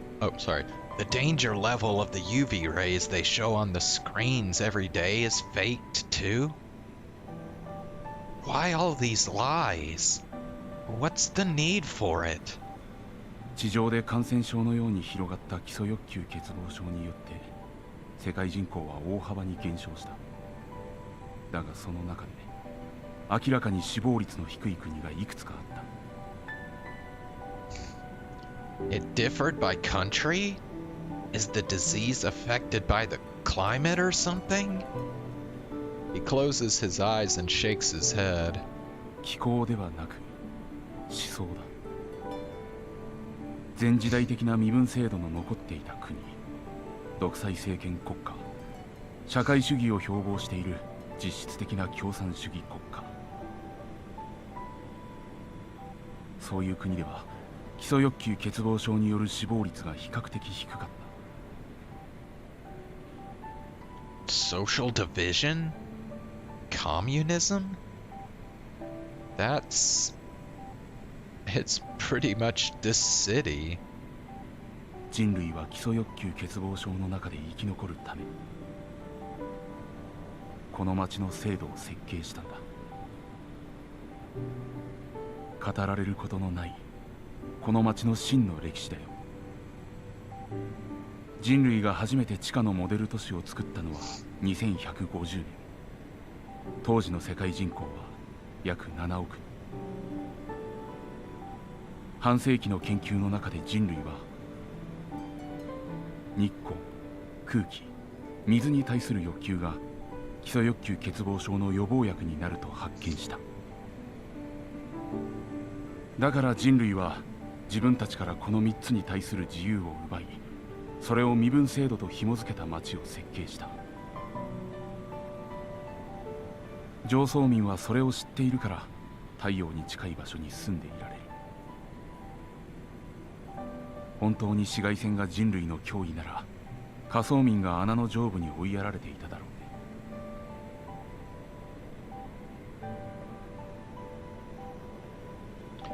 What about the ozone lens? 一番の役割は人に危機感を忘れさせないことだ。地下生活が始まった当初は監視の目を縫って地上に脱出する死亡事故が続いた。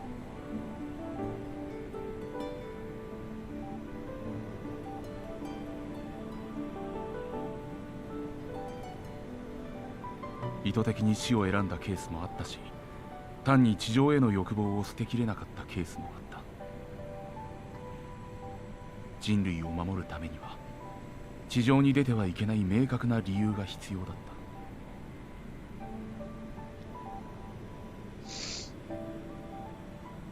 それで人工遺伝子と同時期に普及した人工甘味料にまつわるフェイクシナリオが作られ、教育制度が刷新された。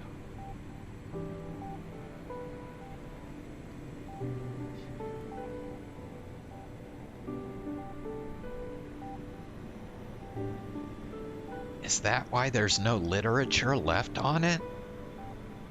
He nods at me and continues.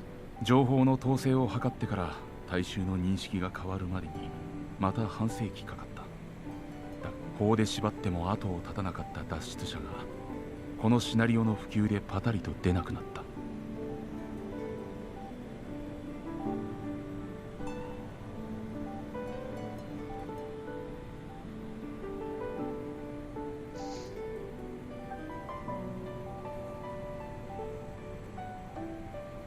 メラノーマの全身転移による死亡は人々に深く恐怖心を植え付けたんだろう。上層民は真実の歴史教育を受け始めるとき、中層以下の人間と完全に隔離される。一緒に教育されるのは初等教育機関だけだ。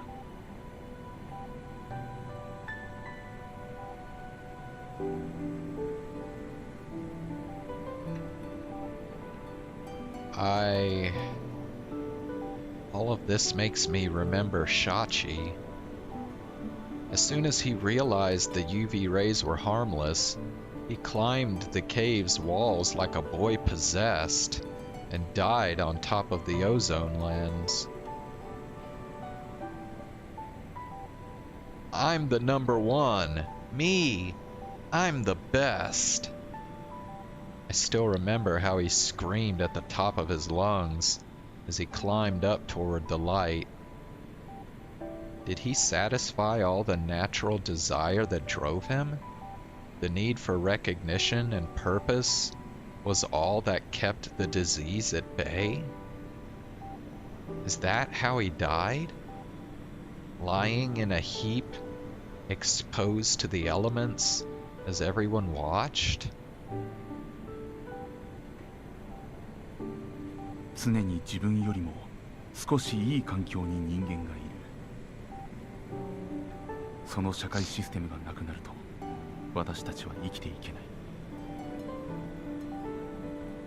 貪欲な野心がないと生きられないように進化してしまったんだよ。But then, what was all that research on improving our resistance to UV rays for? 不毛な戦いの一部としか言いようがないだろうね。I have no idea what that means. いや、これは戦いですらない。我々は粛々と敗北に向かっているだけだ。もう現実世界で生きていくべきじゃないと我々は切り捨てられたんだよ。ここはどこにでもある銀河系の平凡な惑星の一つに過ぎない。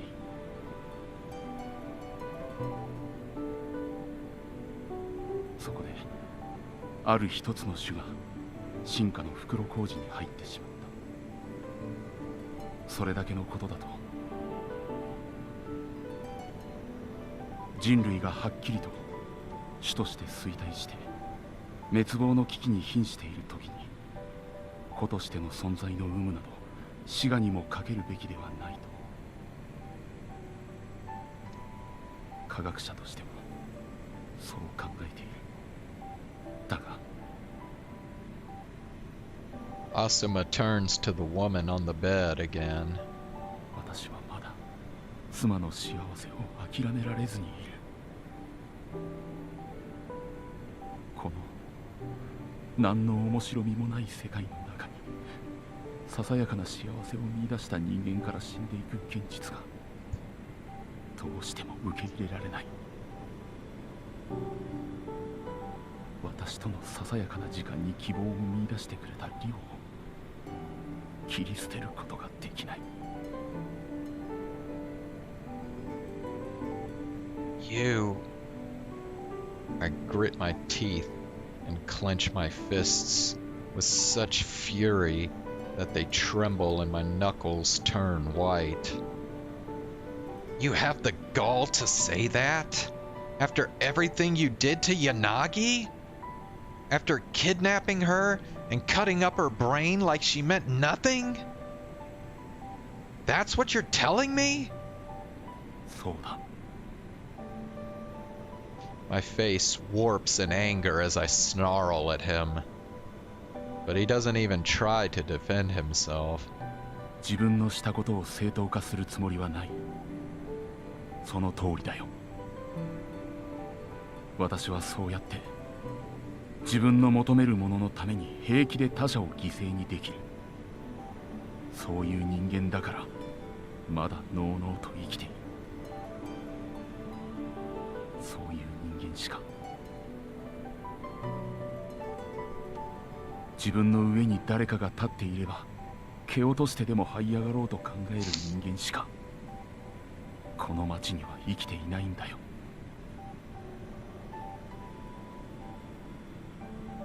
自分は違うと君には言えるか。I grind my teeth together in seething anger. The sounds grate in my ears. 枕元にあるスイッチを切れば妻はあっけなく死ぬよ。自分の力で生きていくことはできない。彼女にできるのは夢を見ることだけだ。自力で呼吸もできない彼女はそのスイッチを切り替えればあっけなく死ぬ。同時にそのスイッチがヨナギのせいにつながっていたら君はどうする。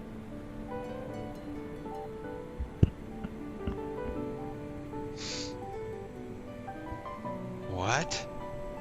綺麗事を言っても私たちは他者を淘汰せずには生きていられない。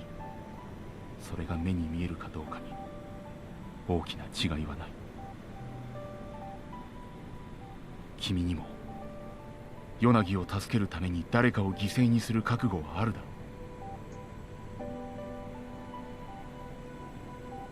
う。私がしたのはつまりそういうことだ。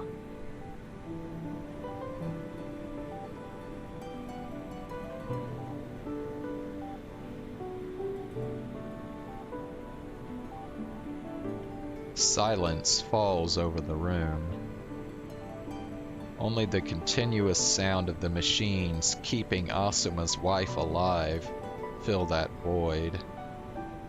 カイト、ヨナギ、君たちだけがこの嘘にまみれた地下の町から人々を救い出す手段を持っている。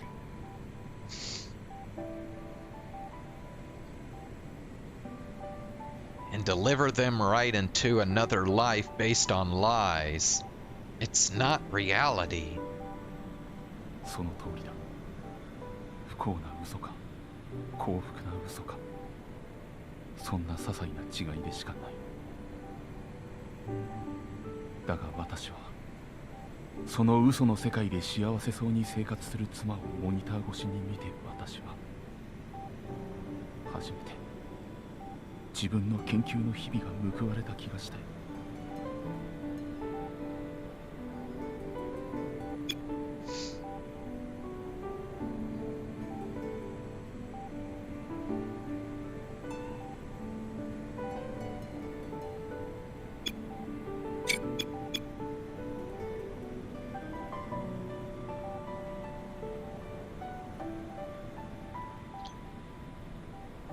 And you want to sacrifice Yanagi again so your wife can keep sleeping? Is that it? そうだ。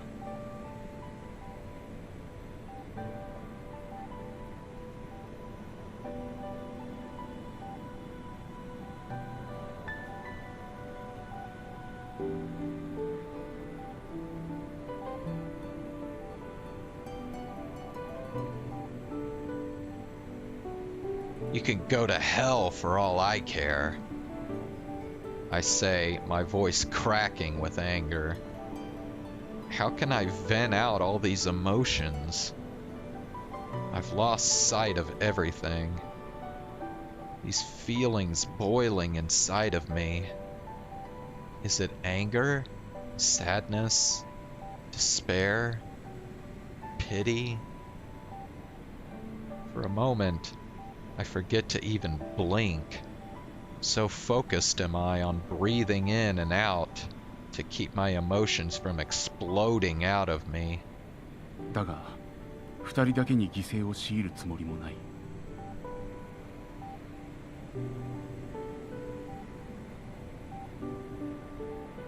仮想空間を再起動できることになっても、アスマ研のメンバーは基礎欲求欠乏症の抜本治療を実現するためにこの町で研究を続ける。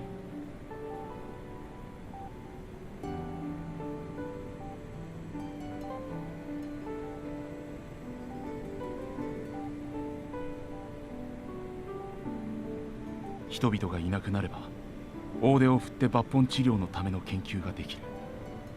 隠す相手は誰もいなくなるからね。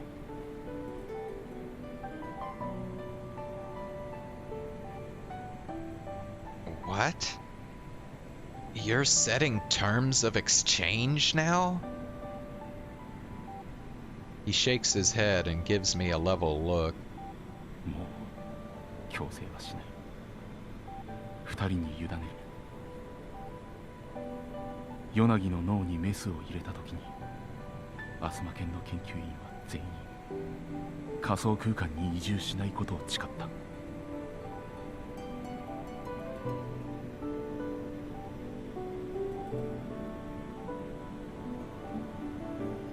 移住者の生態維持と事態の根本解決は誰かが取り組まなければいけない仕事だ。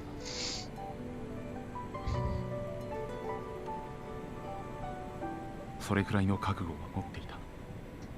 罪滅ぼしになるとも思っていないよ。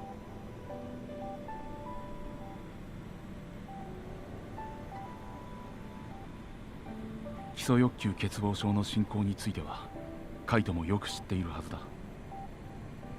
私から伝えられることはこれで全てだ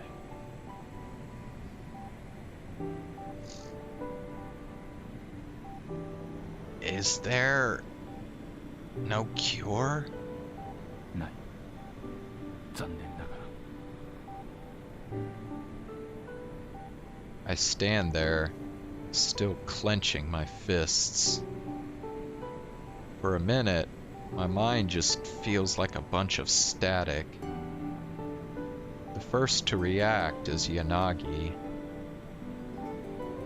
She quietly gets up and takes my hand in her still mobile left one. 帰ろう。But あとは私たちが答えを出すしかないよ。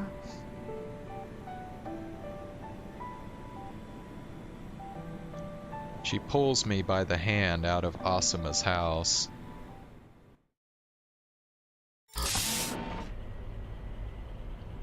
I'm too dumbfounded to do anything but let her lead me away. If I'm to believe any of what Asuma said, it would mean that the cause of her paralysis is rooted deep in her very genes. Considering Asuma's position, it's very possible he was just feeding us lies so we would despair and choose to leave the real world.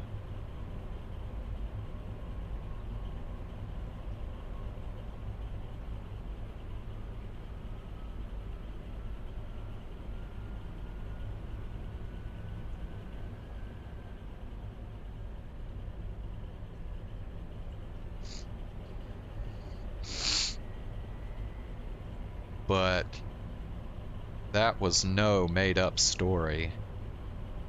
It all makes so much sense now. I myself am a model case for the kind of person this city system creates. I always wanted more. Become a researcher, get a house in the middle side, finish the research in front of me, while I was busy with this never-ending chase. Yanagi always said she was happy enough as long as we were together.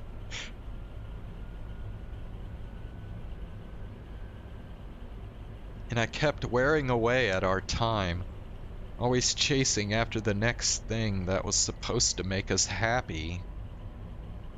And in the end, I'm about to lose her again. My whole life, leading up to this point, feels so worthless. In the end, I simply traced the path Asuma and all those damn topsiders set for us. Yanagi walks forward, holding my hand tightly in hers. I feel a strange sense of nostalgia as I watch her lead me by the hand. Ah, that's right. It's just like back then. The day Shachi broke my car and she dragged an inconsolable child back home. Despite everything, she's still herself. Deep down, I guess I'm still just that crybaby that can't help himself without Yanagi's support. ママのところ寄っていこうか。 Huh? She turns to me and smiles. 行こう。 Before I can answer, she's already on her way.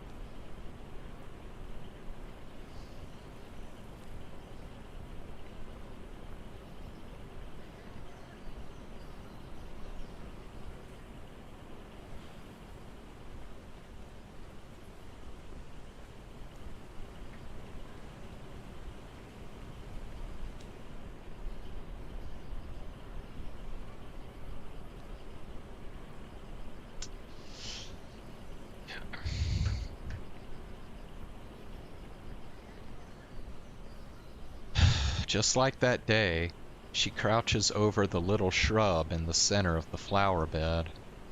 カイト、 She quietly calls my name. 私の中に入っていた人たちは幸せだったのかな。それが現実じゃない作り物の世界であっても、そこで幸せな時間を過ごしてた人もいたんだよね。さっきの人の奥さんみたいにさ。She turns her back to me and speaks very slowly. 今でもそういう人たちが何人もただ眠りながらもう一度私の中に入るのを待ってるんだよね。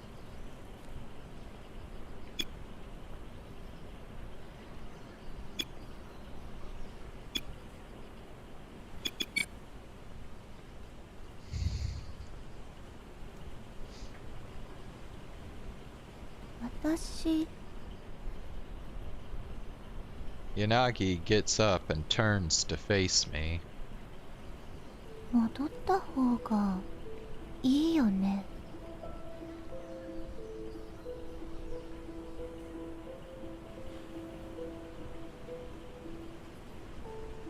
それが今の私にできる唯一の意味のあることだと思った。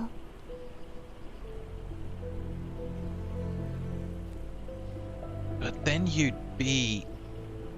Yanagi closes her eyes and stands there in silence. No, there must be something we can do. There must be, right?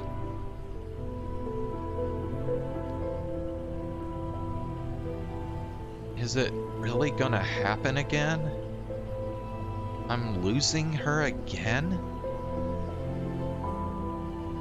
You'd be sacrificing yourself just to give those people a fake respite from the real world.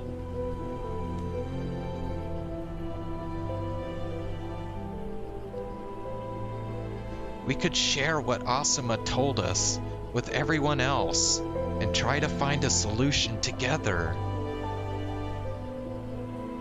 That's why I became a researcher to begin with, remember? そうかもしれない。でも私の時間はそんなに長くない。自分でわかる。カイトにもわかってるでしょ。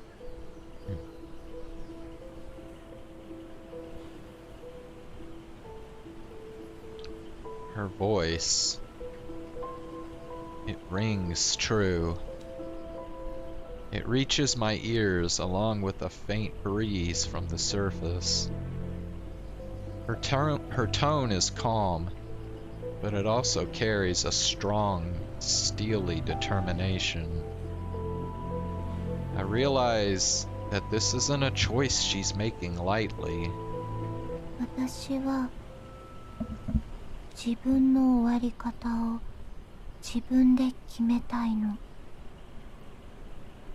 前とは違う。無理やり私であることを奪われるんじゃない。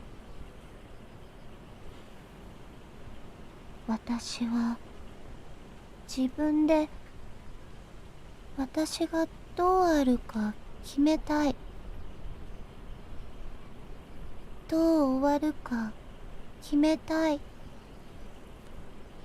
その終わりを何か意味のあるものにしたい。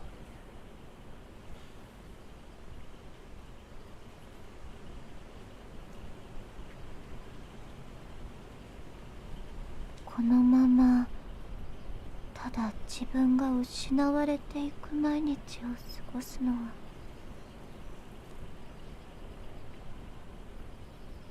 She shows me a very desolate smile. カイトは優しいから、どんな私にも優しいから。だから辛いよ。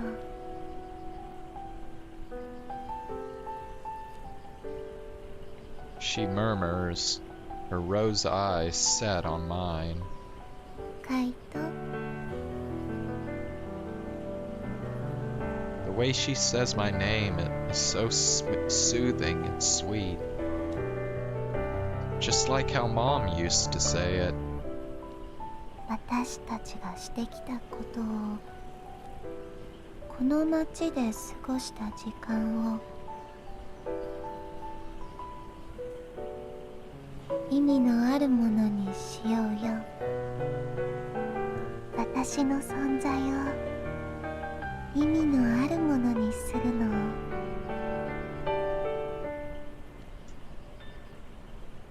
手伝ってよ。今ならまだ間に合うから。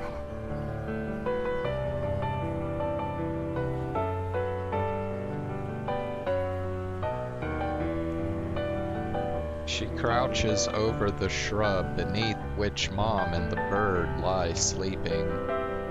カイトとずっと一緒にいたいって私は思ってたよ。でも私はそれが叶うことはないって知っていたから。その手が届きそうで届かない小さな願いが私を生かしてくれてたんだね。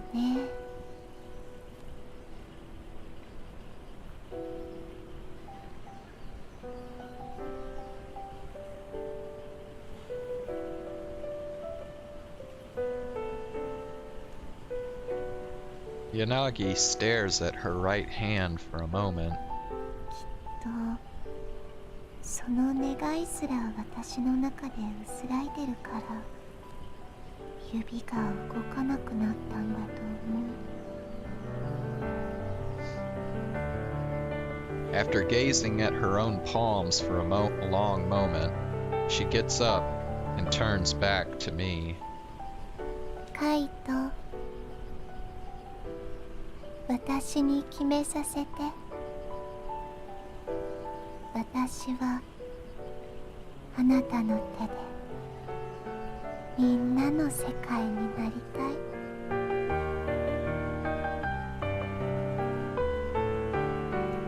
私はその役割に自分の命を捧げたい。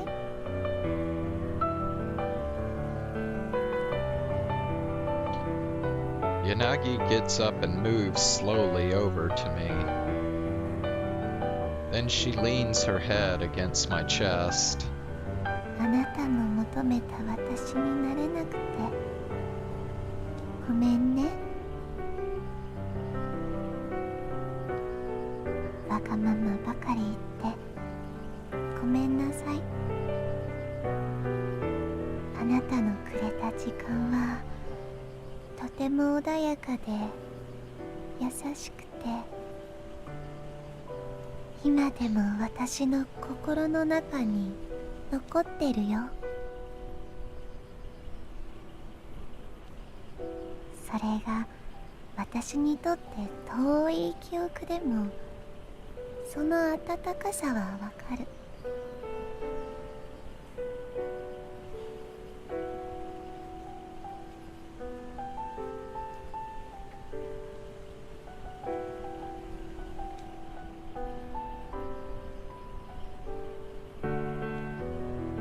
カイトと一緒に見たあの夢があの3人の夢が今私をつなぎ止めてくれてる。 Yanagi. With a knot forming in my throat, I simply stroke her hair. Never before have I wished so hard for time to stop. カイト、私の手握ってくれる？ she asks, resting her half-immobile right hand over my left. I entwine our fingers and hold her hand. I hold it tightly, hoping that I never have to let go. カイトは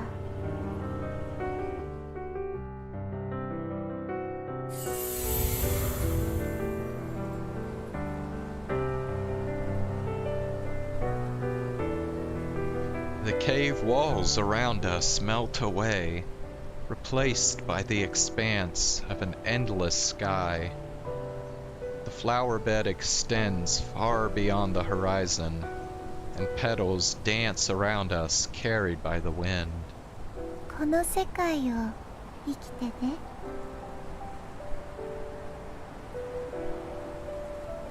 どこまでも空が広がってカイトを包み込む風が吹くこんな世界を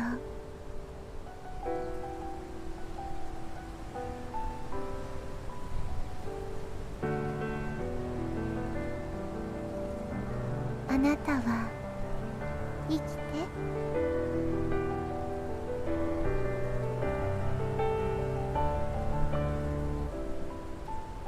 We stand together in her dreamscape. The petals are blown by the wind and sent soaring high into the sky. And beyond them, my gaze is guided to the pure white clouds rolling above us.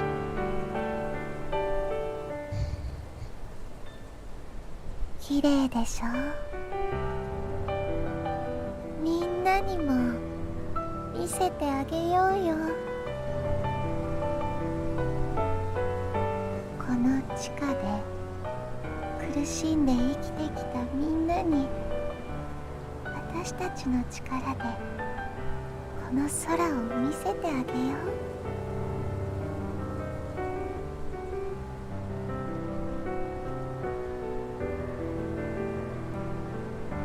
この風を教えてあげよう。それが作り物の世界でも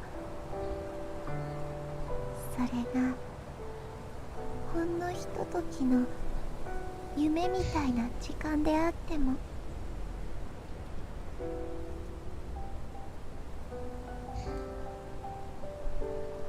Yanagi has made up her mind. She's made her decision. Even when she's been driven to the point where her voice is but a weak, faint whisper, she's decided that she wants to end things on her own terms. She's decided what meaning to give to her life. Now, the only thing that's up to me is how to accept it. Then I make no effort to hide the pain making my voice crack. My throat feels raw. I have trouble keeping my breathing in check, but I need to do it. I need to give her my answer. I'll continue telling stories inside you. About this sky. About this wind. About a lone girl who used up all of her heart to create it. I'll keep telling them about the girl who dreamed the world. I've decided I'll make that my life's mission. もう少女って年じゃないよ、私。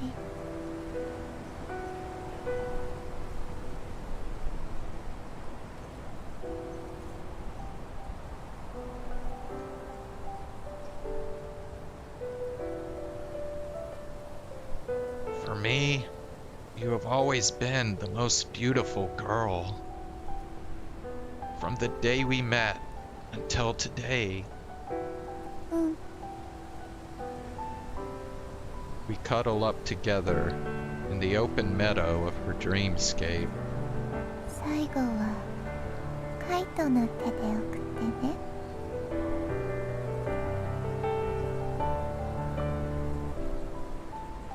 I will.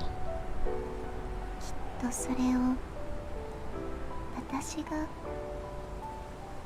私の中の私の記憶が望んでいると思うか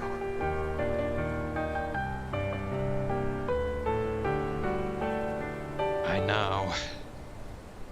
最後は愛した人の手で送られたいってあの子はきっと思ってるから。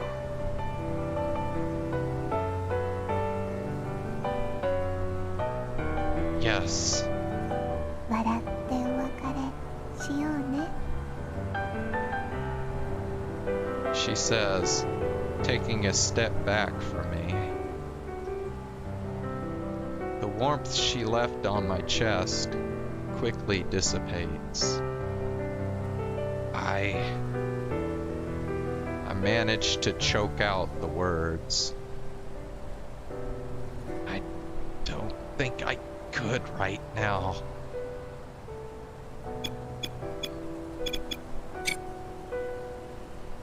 But when it's time to say goodbye, I'll be ready. I promise you. うん。ずっとあなたのこと見てるからね。寂しくないからね。だから笑っててね、カイト。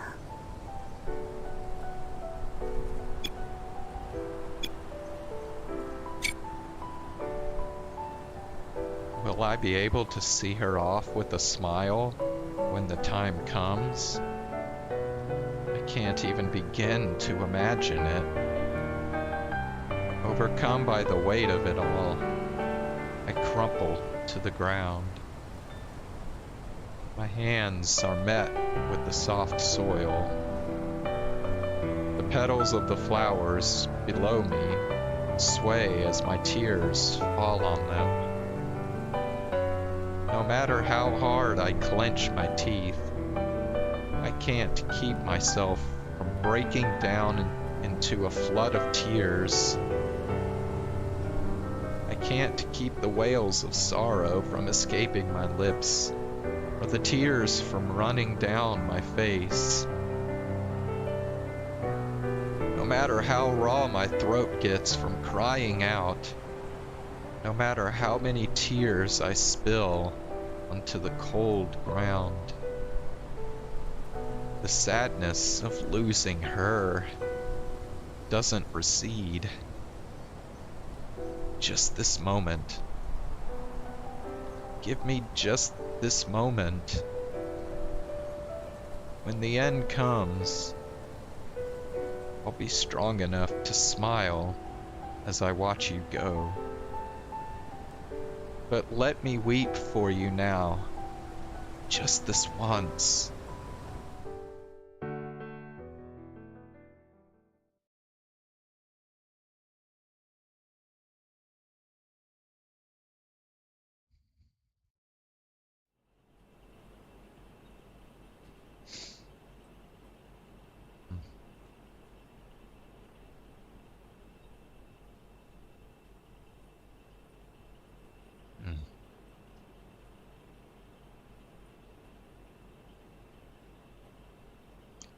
It's been half a month since Yanagi made her decision.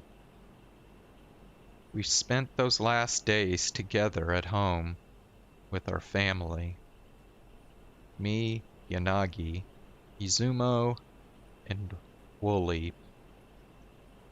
together as we always were, enjoying the little time we have left, doing what we always wanted. We communicated our intentions to both the members of Asuma Lab and the old Kaito Lab. Both laboratories began work on an environment to keep Yanagi's body stabilized and safe.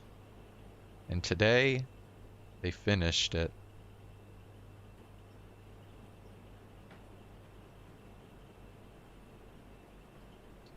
There is one more sip of coffee left in my mug.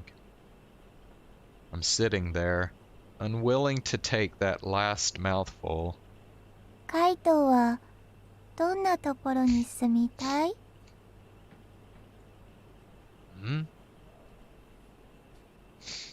I turn my eyes from the remaining coffee and towards Yanagi.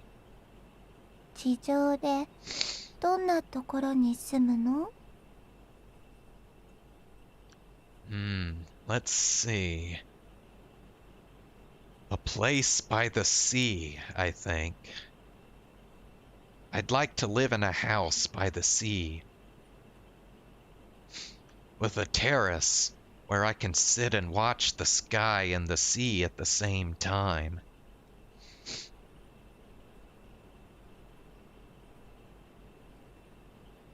海辺か。いいね。 I actually made something. She tilts her head ever so slightly, urging me on. I wrote a story about us. I've been writing it this whole time. Her eyes widen slightly. I'll keep telling that story in the house beside the sea.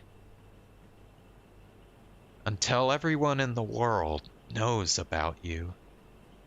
ありがとう。じゃあ、そろそろ行こうか。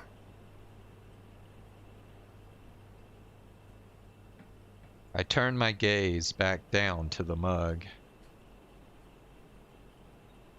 I absently tilt it and watch the liquid pool at one side. Yeah. I nod and take the last sip of coffee. Let's go.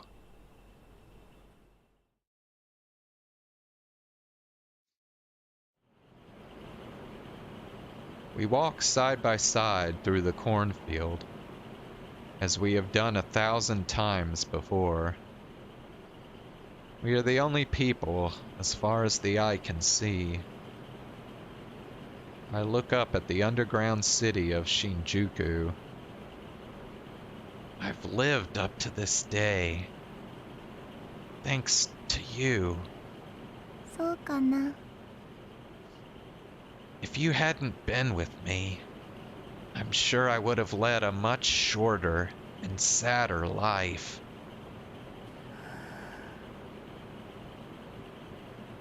Depending on how you look at it, うん？ maybe this city does have its good parts. You're the one that made me believe it wasn't all pointless. うん。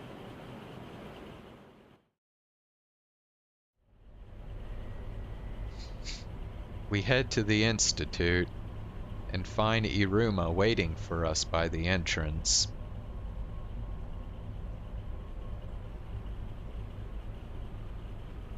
Oh, Good to see you. こんにちは。 Iruma gives Yanagi his best smile. もういいのか？ Yeah. It's okay now. Let's go. Take us there, please. わかった。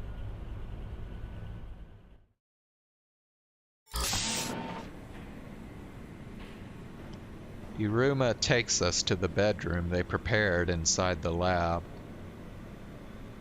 カイトくんがやるんだろ？ I'd like to. Hiruma nods in response. ヨナギちゃんの思考空間のデータを取っていた時と同じやり方をしてくれればいい。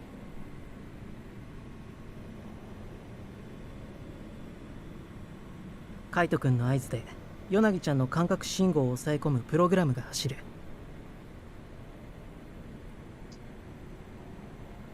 最後は2人がいいだろう。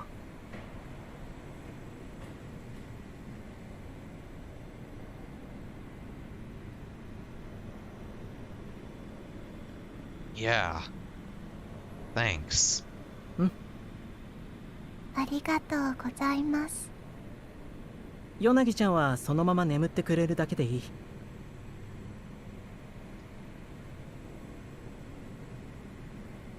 カイト君がこの部屋を出た後は俺たちの方でやるよ。この地下で最高の環境を整えた。寝心地は抜群だ。保証するよ。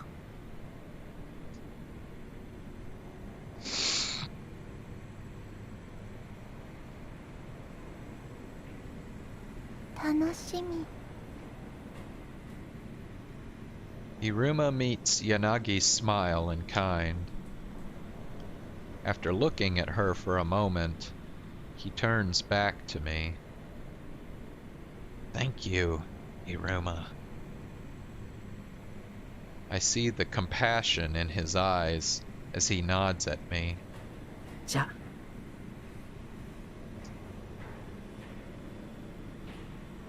Yeah, see you. カイト、 Yes? 最後一緒に寝てくれる？最初に私の世界を歩くのはあなたでいてほしい。私の中に眠っている私の記憶と話してあげてほしい。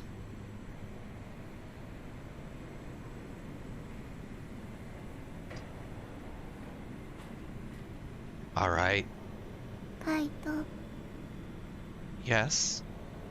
こんな偽物みたいな私を大事にしてくれてありがとね。あなたを愛せない私を愛してくれてありがとう。幸せな時間だった。それは私が感じた気持ちだよ。Mm-hmm. 最後は心からあなたを愛している私に会ってあげてね。おやすみなさい。 Good night, Yanagi. I was very happy that we could be together too. 私も二人の思い出を見せてくれてありがとう。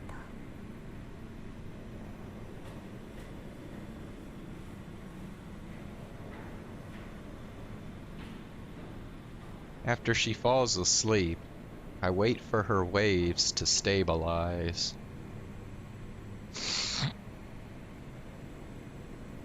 After her brain waves turn to delta waves, I access her consciousness.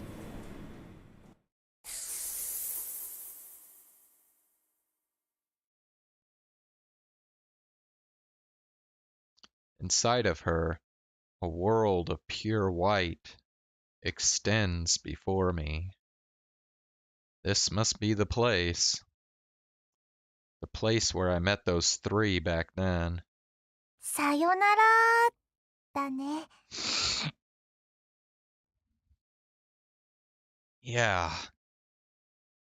I turn around and see Sumomo standing there. 私たちに付き合ってくれてありがとね。すっごい楽しかった。二人とも最後まで超イケてたよ。Thanks, Momonochi Sumomo. なんでフルネーム？ Sumomo laughs as tears pool in her eyes. バイバイ。またね、カンナくん。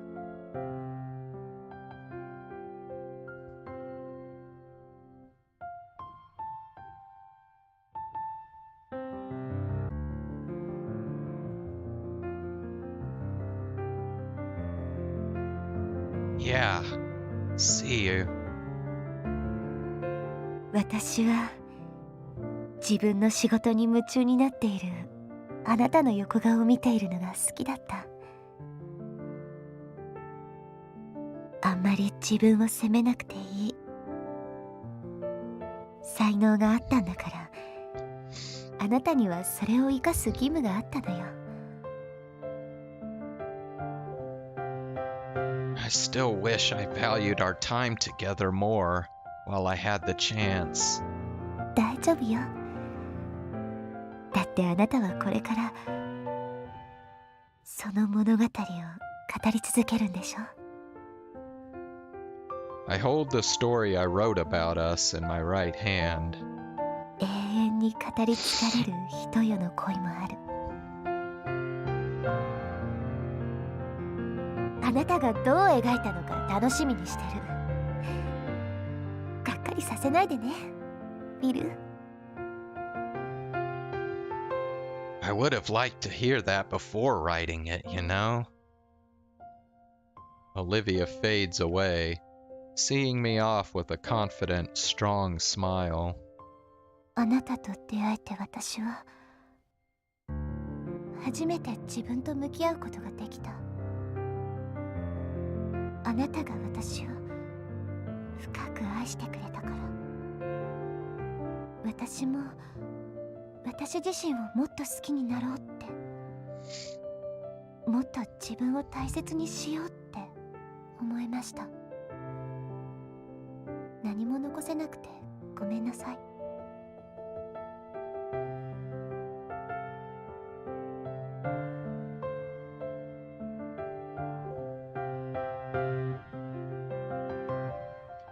No, The words about to come out of my mouth sound so childish in my head that I can't help but laugh. I know it may sound trite, but you gave me countless memories of us.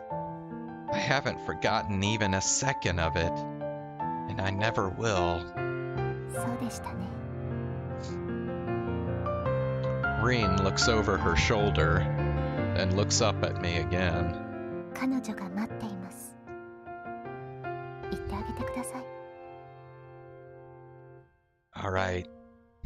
さようなら、先生。私が愛したたった一人の人。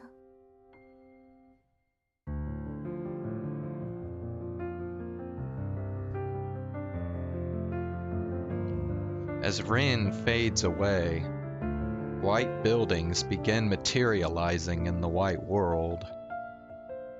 Their outlines are simple, as if drawn by a child.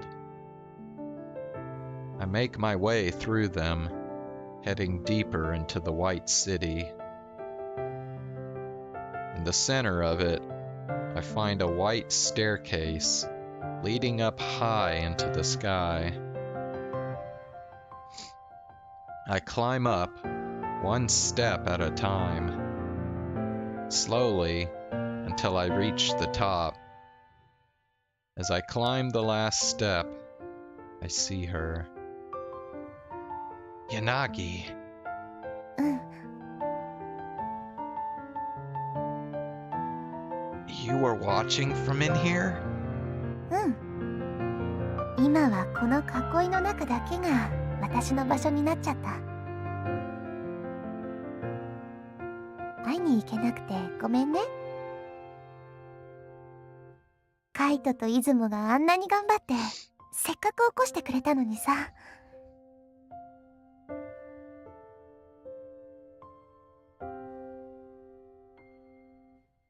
あんまりだよね。でも私どうしてもここから出られなかった。頑張ったんだけどね。I answer with a nod. でも She turns her eyes up to me and smiles. やっぱりカイトは会いに来てくれた。Of course I would. もう怖くないよ。来てくれてありがとね、カイト。こんなに私を愛してくれてありがとう。私本当に幸せだった。Yeah. だからカイトも幸せになってね。海も空も風もある新しい世界を思いっきり楽しんで生きてね。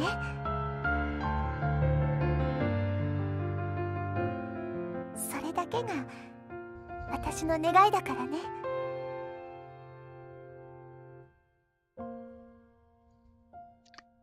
Yes.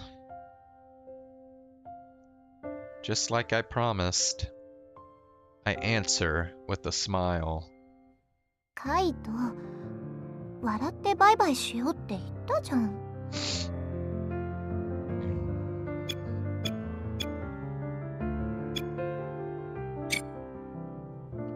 I am smiling. 泣いてるよ。It's just water coming out of my eyes. I'm still smiling. 何それ。You're doing the same thing. そうだね。そんなに強くなれるわけないよね。But we're smiling. Even through the tears, we can smile for the other. そうだね。So this is goodbye.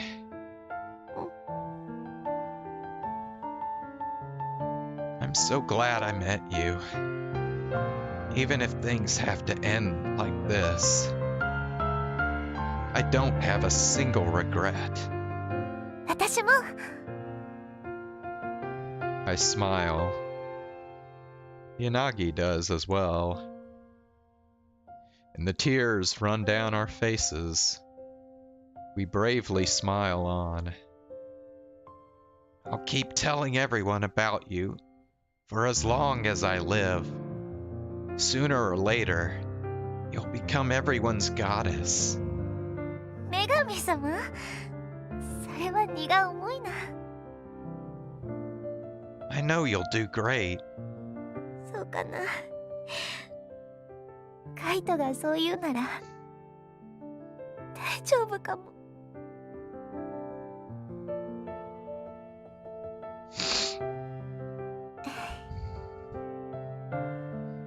We slowly approach each other.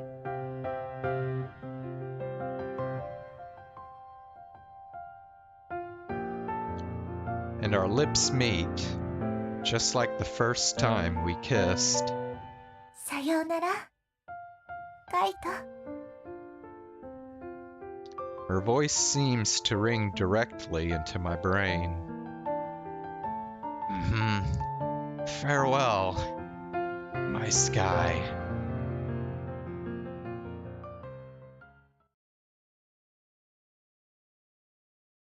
Quietly, softly, the sensation of her touch melts away.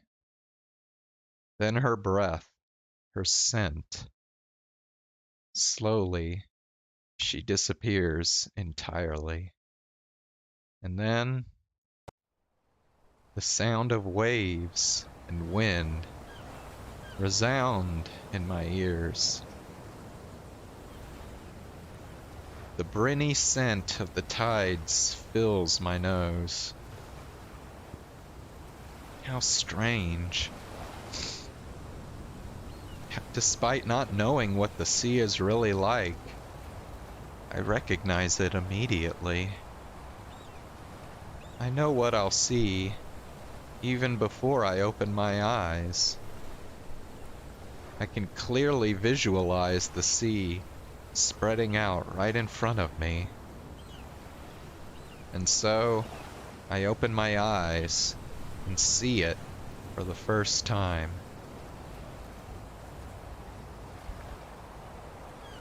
Haha, I see now. This is it. This is the same blue sea and sky that was in that story Mom always read to me. Kaito's Adventure. The sea and the sky, stretching as far as the eye can see, and the beauty of nature extending towards the horizon.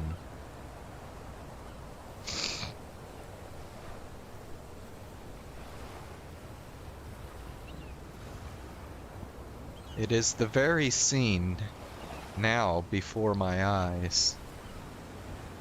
Are you watching, Yanagi? This is the sea we always wanted to see.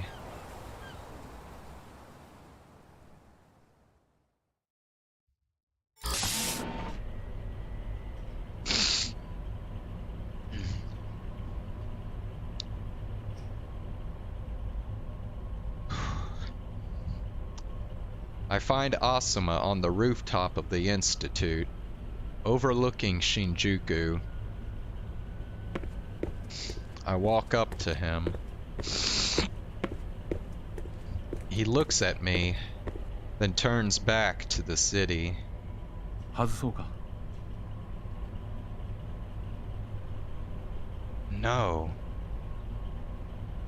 I just wanted to talk. I stand next to him and look out at the empty city. She's asleep. She won't dream anymore. She's the world itself now. そうか。 You're really gonna remain here in this city? ああ。このままでは我々の世代で人類はついえる。誰かがやらなければいけない仕事がここにはまだ残っている。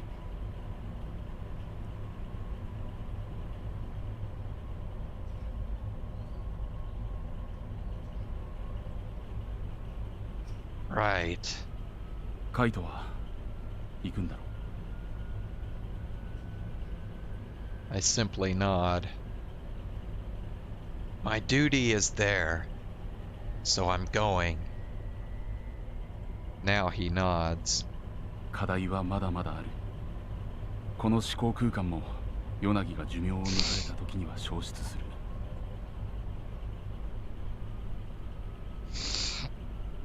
私たちは時間稼ぎをしたに過ぎない。だが確かに希望はある。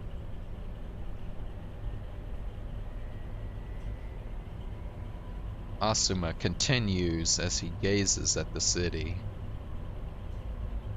一時的にヨナギの世界に接続した住人の中にすでに基礎欲求欠乏症を発症している者もいた。彼らの病の進行は仮想空間にいる間は止まっていた。 Why is that? The virtual space should have given everyone a life of respite.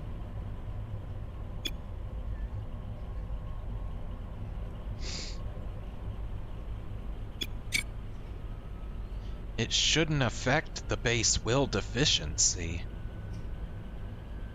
仮説の域の話になる。仮想世界に接続している人は皆間接的にヨナギと接触し、ヨナギを介して大きな意識を共有している。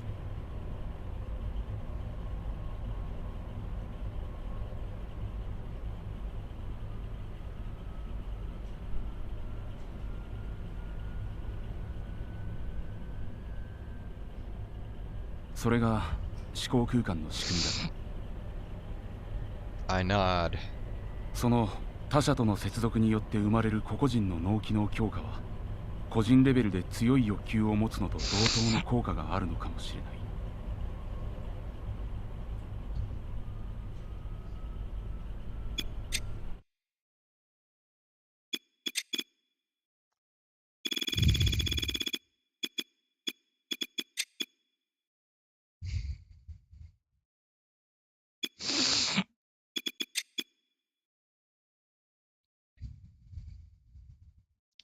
Okay, apparently there's quite a few new entries here that I missed.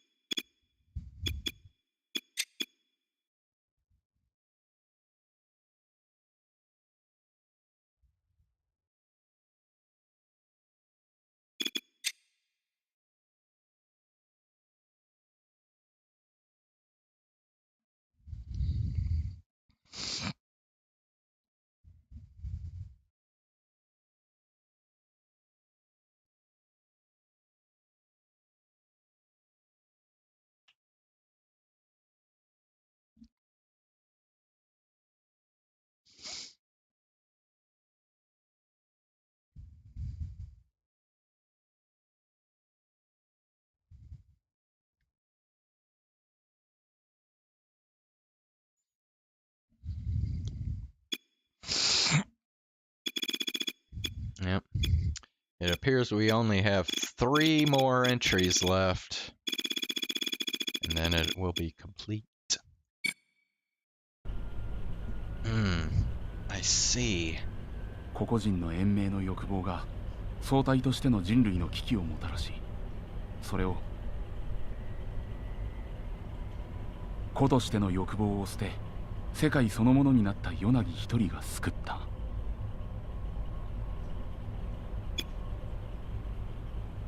ヨナギがくれたこの限りある時間を1秒たりとも無駄にするつもりはない。私は絶対に基礎欲求欠乏症の根治療法を見つけ出す。 Asuma says, turning his gaze up to the white sky that shines through the ozone lens. I'll just say one thing. Asuma turns to me. You and all the researchers of your lab have the right to enter Yanagi's world without discrimination. I won't ever forgive you for what you did to her, but that's no reason to condemn you to stay in this world.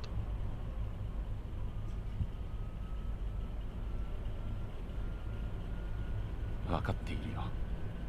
だが私たちは自分の意志で決めたんだ。研究者としてのささやかなプライドだ。As long as you're doing it because you've decided your duty is here, that's okay. Asuma nods at me. Yanagi's world is open to everyone. That includes you, your wife, and anyone else. That's all I wanted to say. I'll be in her world from now on. And I'll tell everyone about our story. I'll tell the story of a lone girl who chose to become the world. I'll keep telling our story until someday everyone in the virtual world knows about her. 仮想世界での共通の認識は接続した人たちの相互機能強化を強めると思うよ。つまりカイトのその行為自体が人類を救う希望になり得る。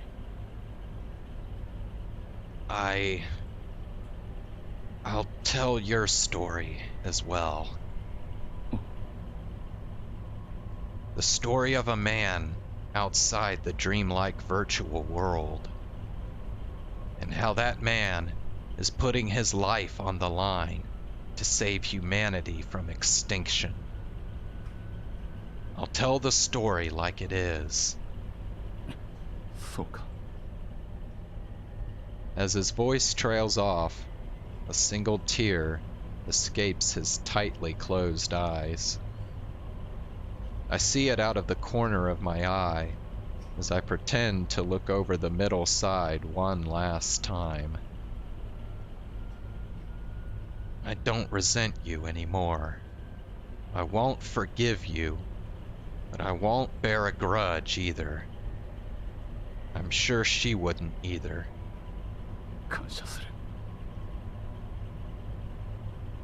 His shoulders quiver as he mutters words of gratitude. I slowly look up from the middle side. Bright sunlight shines through the lens. This is a first for me. For the first time, I realize the beauty of that round sky.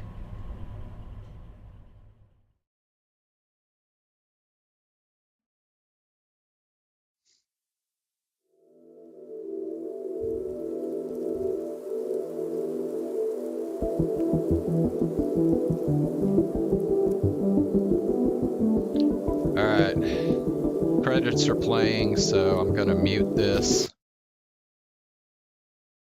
Since I got copyright strike the last time I let the full credits play on the stream, so yeah, I'll let you know when the credits are over.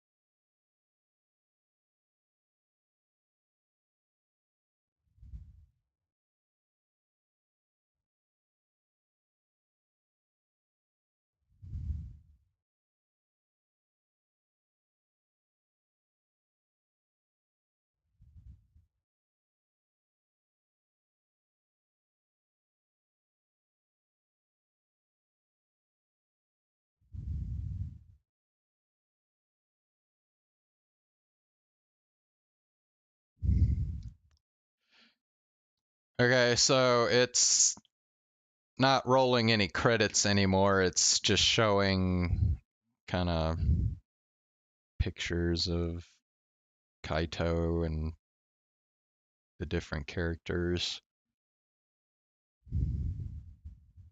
Okay, let me go ahead and unmute. All right. So, I guess now we are in the dreamscape, which Kaito is now living in. The wind blows.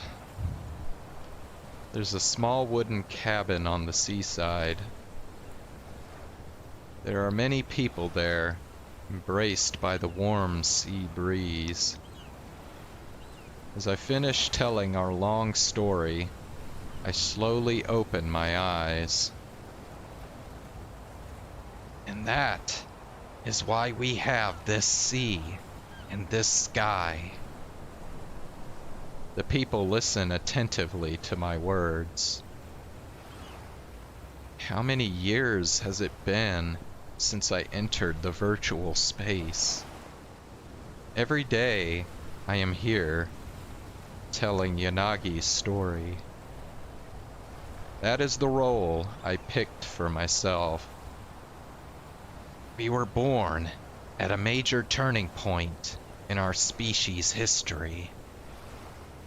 Driven into an evolutionary dead end, we abandoned our bodies and came to this world made up of consciousness alone.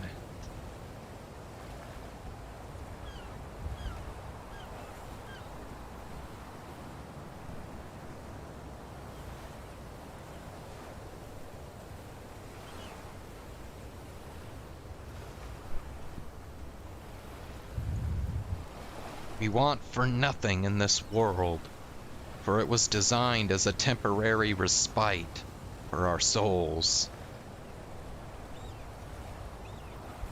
We were gifted the right to live here.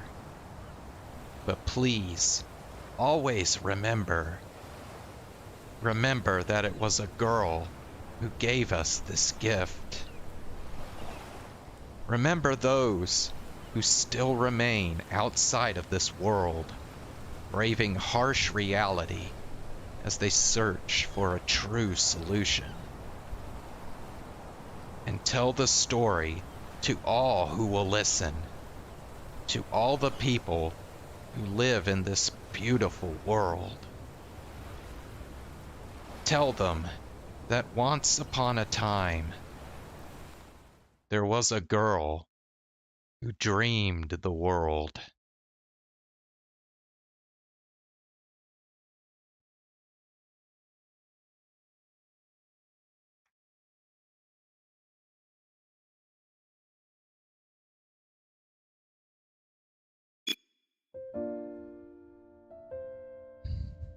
Wow.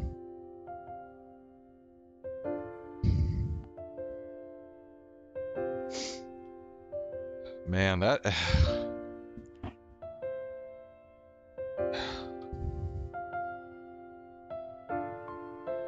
Hmm.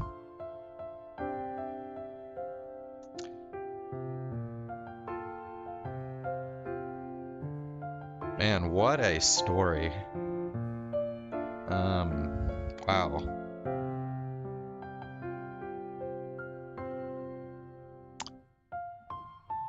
Man, I don't know if I have ever done a visual novel that filled me with like so many different like mixed emotions like this one. I mean, I don't know.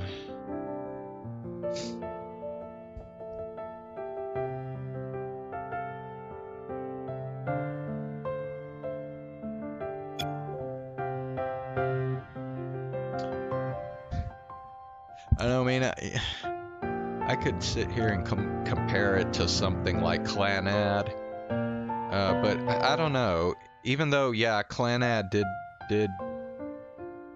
make me feel pretty emotional. Clanad just felt more. It felt more like the emotions were more focused. Like you felt just pure sadness sometimes, and then you felt pure happiness sometimes when you read Clanad. This this visual novel, on the other hand, just made me. It just gives me so like these different emotions that just feel kind of unclear and muddied together. I don't know, like, yeah, I really can't think of another visual novel that's made me feel quite like that. Like Steins Gate, Of Love Alternative, none of those visual novels really. I don't know, Of Love Alternative made me feel disturbed a lot of times. I don't know. And maybe that's the closest comparison I could give to this visual novel. I mean, I would say Of Love Alternative is more disturbing than this visual novel, but I don't know, there's some pretty dark shit in this visual novel too. I mean,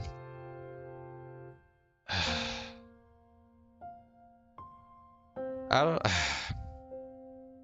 don't know how I really want to feel about Yanagi's decision to actually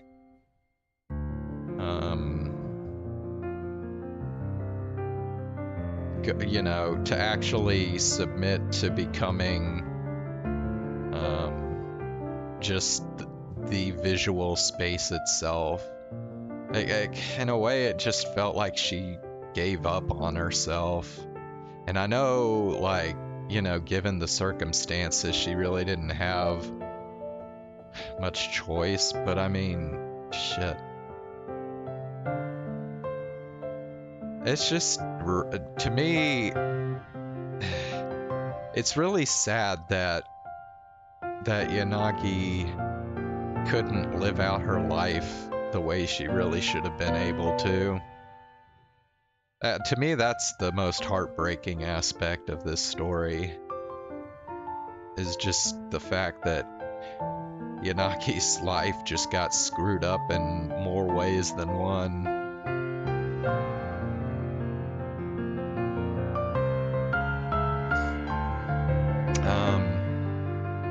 I'm also still really bitter about the fact that Asuma cut out part of her brain and never ever through the whole story suffered a single fucking consequence for it. Never had to suffer any repercussions for it. I mean, to me, that really still makes me like feel very bitter about the way this story went.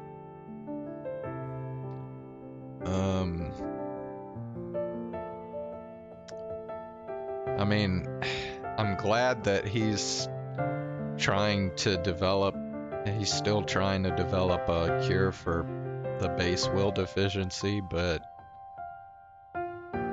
holy shit, like at the same time, that guy could be so fucking cold, dude. Yeah.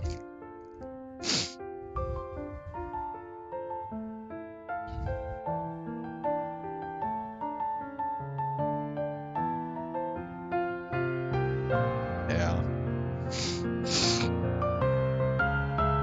It just,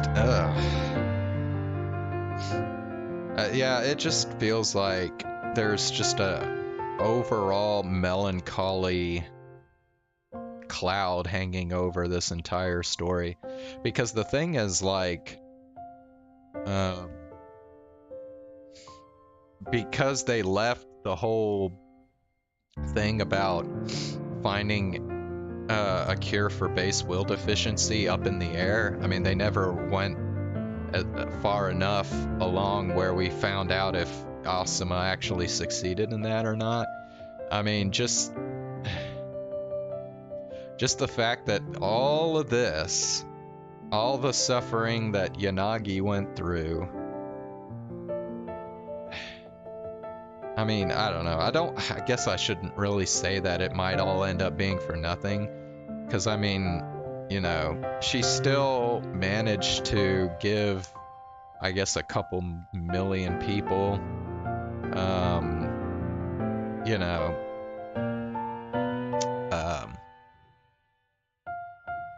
pretty good amount of time in their lives to live, you know, happily. I mean, assuming that,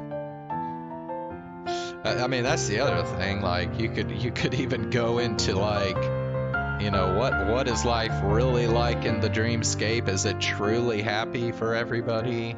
I mean, that's the assumption, but I don't know, you could actually do a sequel to this.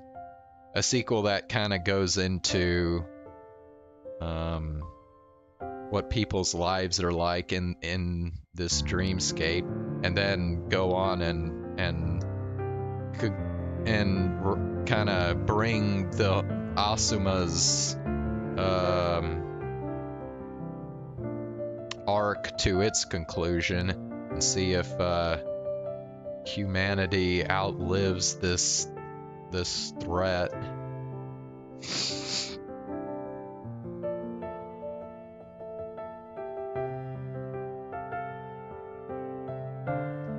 But yeah, I mean, it's like he said, once Yanagi dies, I mean,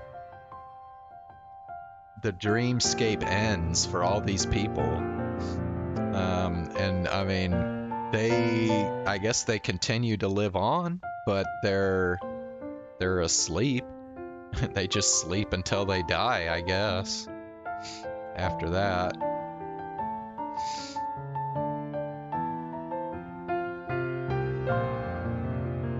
I don't know, like, that's the other thing. Maybe Yanagi dies and the dreamscape ends at that point, I guess they could decide to just leave the sleep and, I guess, go back to the whole underground life thing. I don't know, man. Yeah, you really could. You could make a whole nother story as a sequel for this, and kind of go into all that stuff.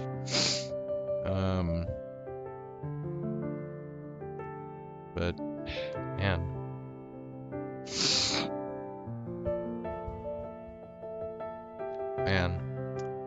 that's just, wow, what a story, man. Wow. I mean, what do you say?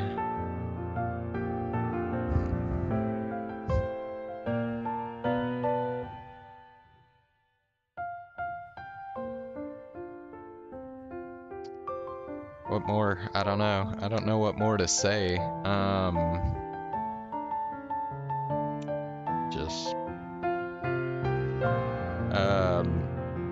I mean, I can see why this visual novel is ranked in the top 50 on vndb.org. One of the top 50 visual novels of all time. I mean, it definitely. I mean, I'd say this visual novel is just about as good as some of those other like big visual novels that I've raved about in the past, like Clanad and Steins Gate and Muv-Luv Alternative. Yeah, I feel like this visual novel is like, and even House in Fata Morgana. I mean, yeah, I don't know, man. It's just,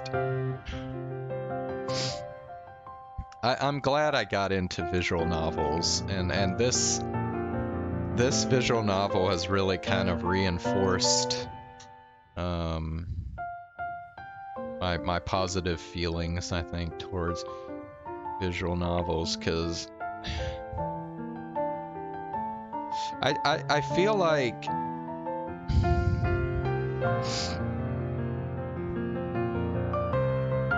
I feel like as long as I've watched anime, it just feels like anime just has a much harder time with presenting really good stories like this, like the visual novels do. I mean, I don't know, man.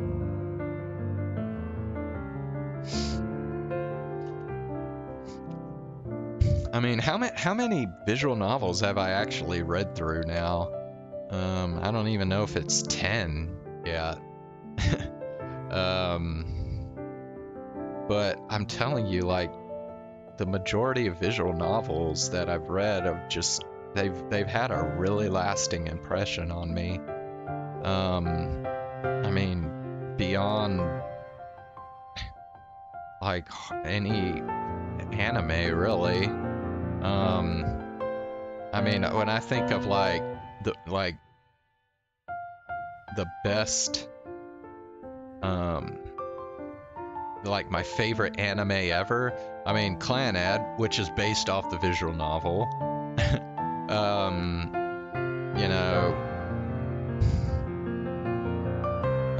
Attack on Titan, I guess. Attack on Titan is probably the closest thing, I feel like, to like a solid story that really approaches kind of what I've experienced with some of these visual novels.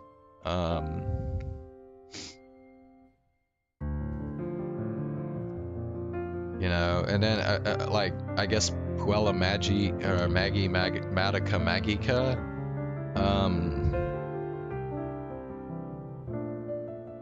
But I don't know, even that anime, as good as that anime is, the scale of the story doesn't feel as epic, as big as a lot of these visual novels, especially something like The House in Fata Morgana. Like, just the scope of that story is just tremendous. It's huge. I mean, it's almost, it's very difficult to imagine an anime even approaching something like that. Like I said, Attack on Titan is kind of like the closest thing really that I can think of.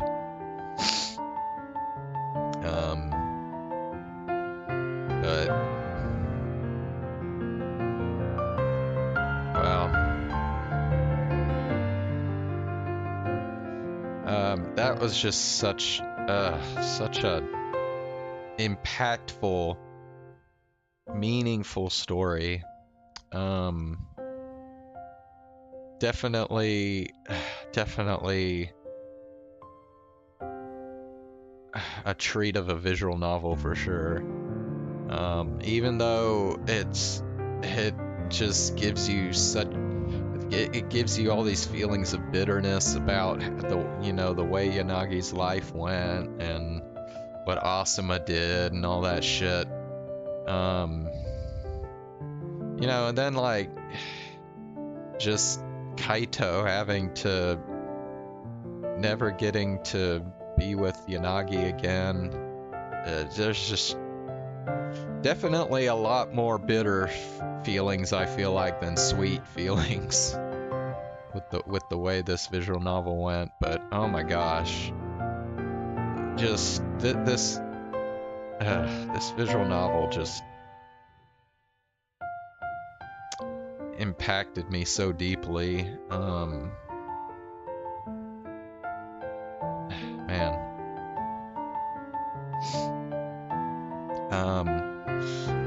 This is like, yeah, this is definitely one of those visual novels that is just a must read. I definitely put it, like I said, I just put it up there with some of the visual novels that that are pretty much like universally agreed upon as being like, you know, the top-notch visual novels. I feel like this is right alongside those. So I guess that's really all I've got to say for now. I might think of some more things. I mean, honestly, yeah, I could probably think of more stuff to say, just kind of analyzing all the different aspects of this story, but I think I'll just leave it at that for now. So yeah, we are done with Cyanotype Daydream, and now I have to kind of decide what's next for my streaming. Because honestly, I think I'm almost done with the Half Life Alyx mods too. There might be, I guess I could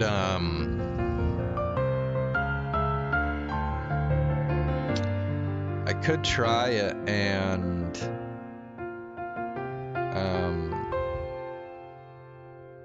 I think there might be one other Half-Life Alyx mod that I want to try out. So I might do that tomorrow.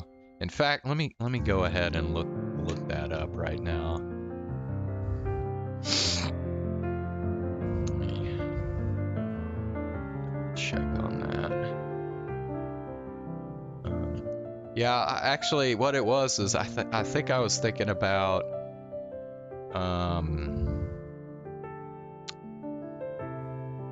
yeah, trying the part 2 of Return to Rapture. I think the second part, or yeah, the second chapter or whatever, came out not that long ago, like probably 2 months ago at most. So came out pretty recently.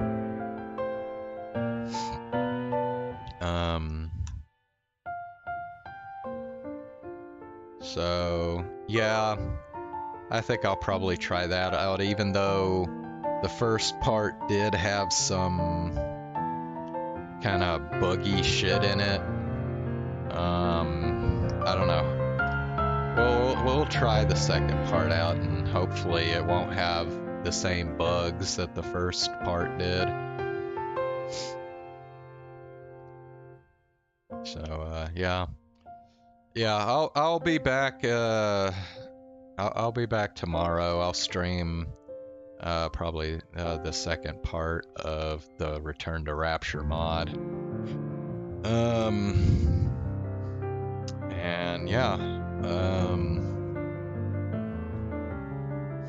I'm also seriously considering reading through a visual novel that, gosh, has been very close to my heart for probably close to, gosh, I want to say like, well, maybe not, probably not quite 10 years yet, but I think it's getting pretty close to 10 years now since I first read through it. It's called Narcissu, and I don't know. I've really been avoiding wanting, like, reading that visual novel on stream up to this point, just because even with as much as I like the visual novel, it feels like it's such the feelings I have for it are so personal that it just didn't feel right to me to share something that felt that close to my heart, you know? Cause yeah, Narcissu is, oh god. Narcissu is a really tough visual novel to read through. Just the subject matter. It's about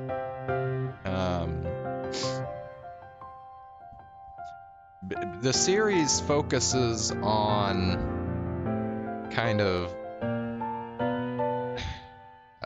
it's kind of hard to explain actually, but it's mainly about like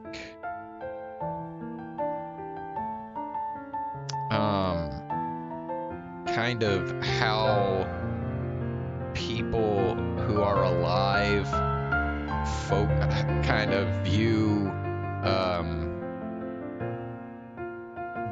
death and people who they know are going to pass on soon or have already passed on. So it really goes into like basically like the characters in the series all have some kind of like terminal illness, and so the visual novel focuses on how do people who know they are going to die very soon view life? How do they want to spend the rest of their remaining days? And then it also conversely asks like, how do people who are going to continue on beyond the deaths of these terminal ill people, how do they view those people, and how do they view death themselves? So it's a very emotional and very melancholy visual novel. But I think I don't know. I've sat on it so long now that I feel like I could probably be okay actually sharing it with anybody who watches the streams. So yeah. Anyway, yeah. I think what I'm gonna do first though is I'm going to do some research and see if there are any other new visual novels that have come along since I last looked that catch my interest, and so I'll probably spend the next few days kind of looking around and seeing if there's anything else out there that I would be interested in reading. But in the meantime, I guess I'll probably just be finishing up the Half Life Alyx mods and probably just reacting to Vtuber clips and maybe doing some VR chat as well, like karaoke and such things. But yeah, wow. I hope you enjoyed Cyanotype Daydream. I don't know if enjoy is quite the right word. I mean, like I said, it's just, this visual novel just left so many bitter feelings. I mean, I guess the kind of the silver lining with this story was just the fact that, you know, all these people that lived in this city all got kind of a, I guess, a second chance at living a happy life now. You know, thanks to Yanagi's power to share her dreamscape and Kaito's efforts to make it a thing that everybody else can participate in. So, I mean, I guess that's the kind of the upside of this story, the happy part, but man, a lot of painful stuff too. It goes with that. So, yeah, I hope it meant, the story meant as much to you as it did to me. Yeah, I will not be forgetting about this visual novel for a long time. Yeah. Alright, well, I think that'll do it for tonight. Like I said, I'll be back again tomorrow. And I'll do the part 2 of the Return to Rapture mod tomorrow. So, have a good night.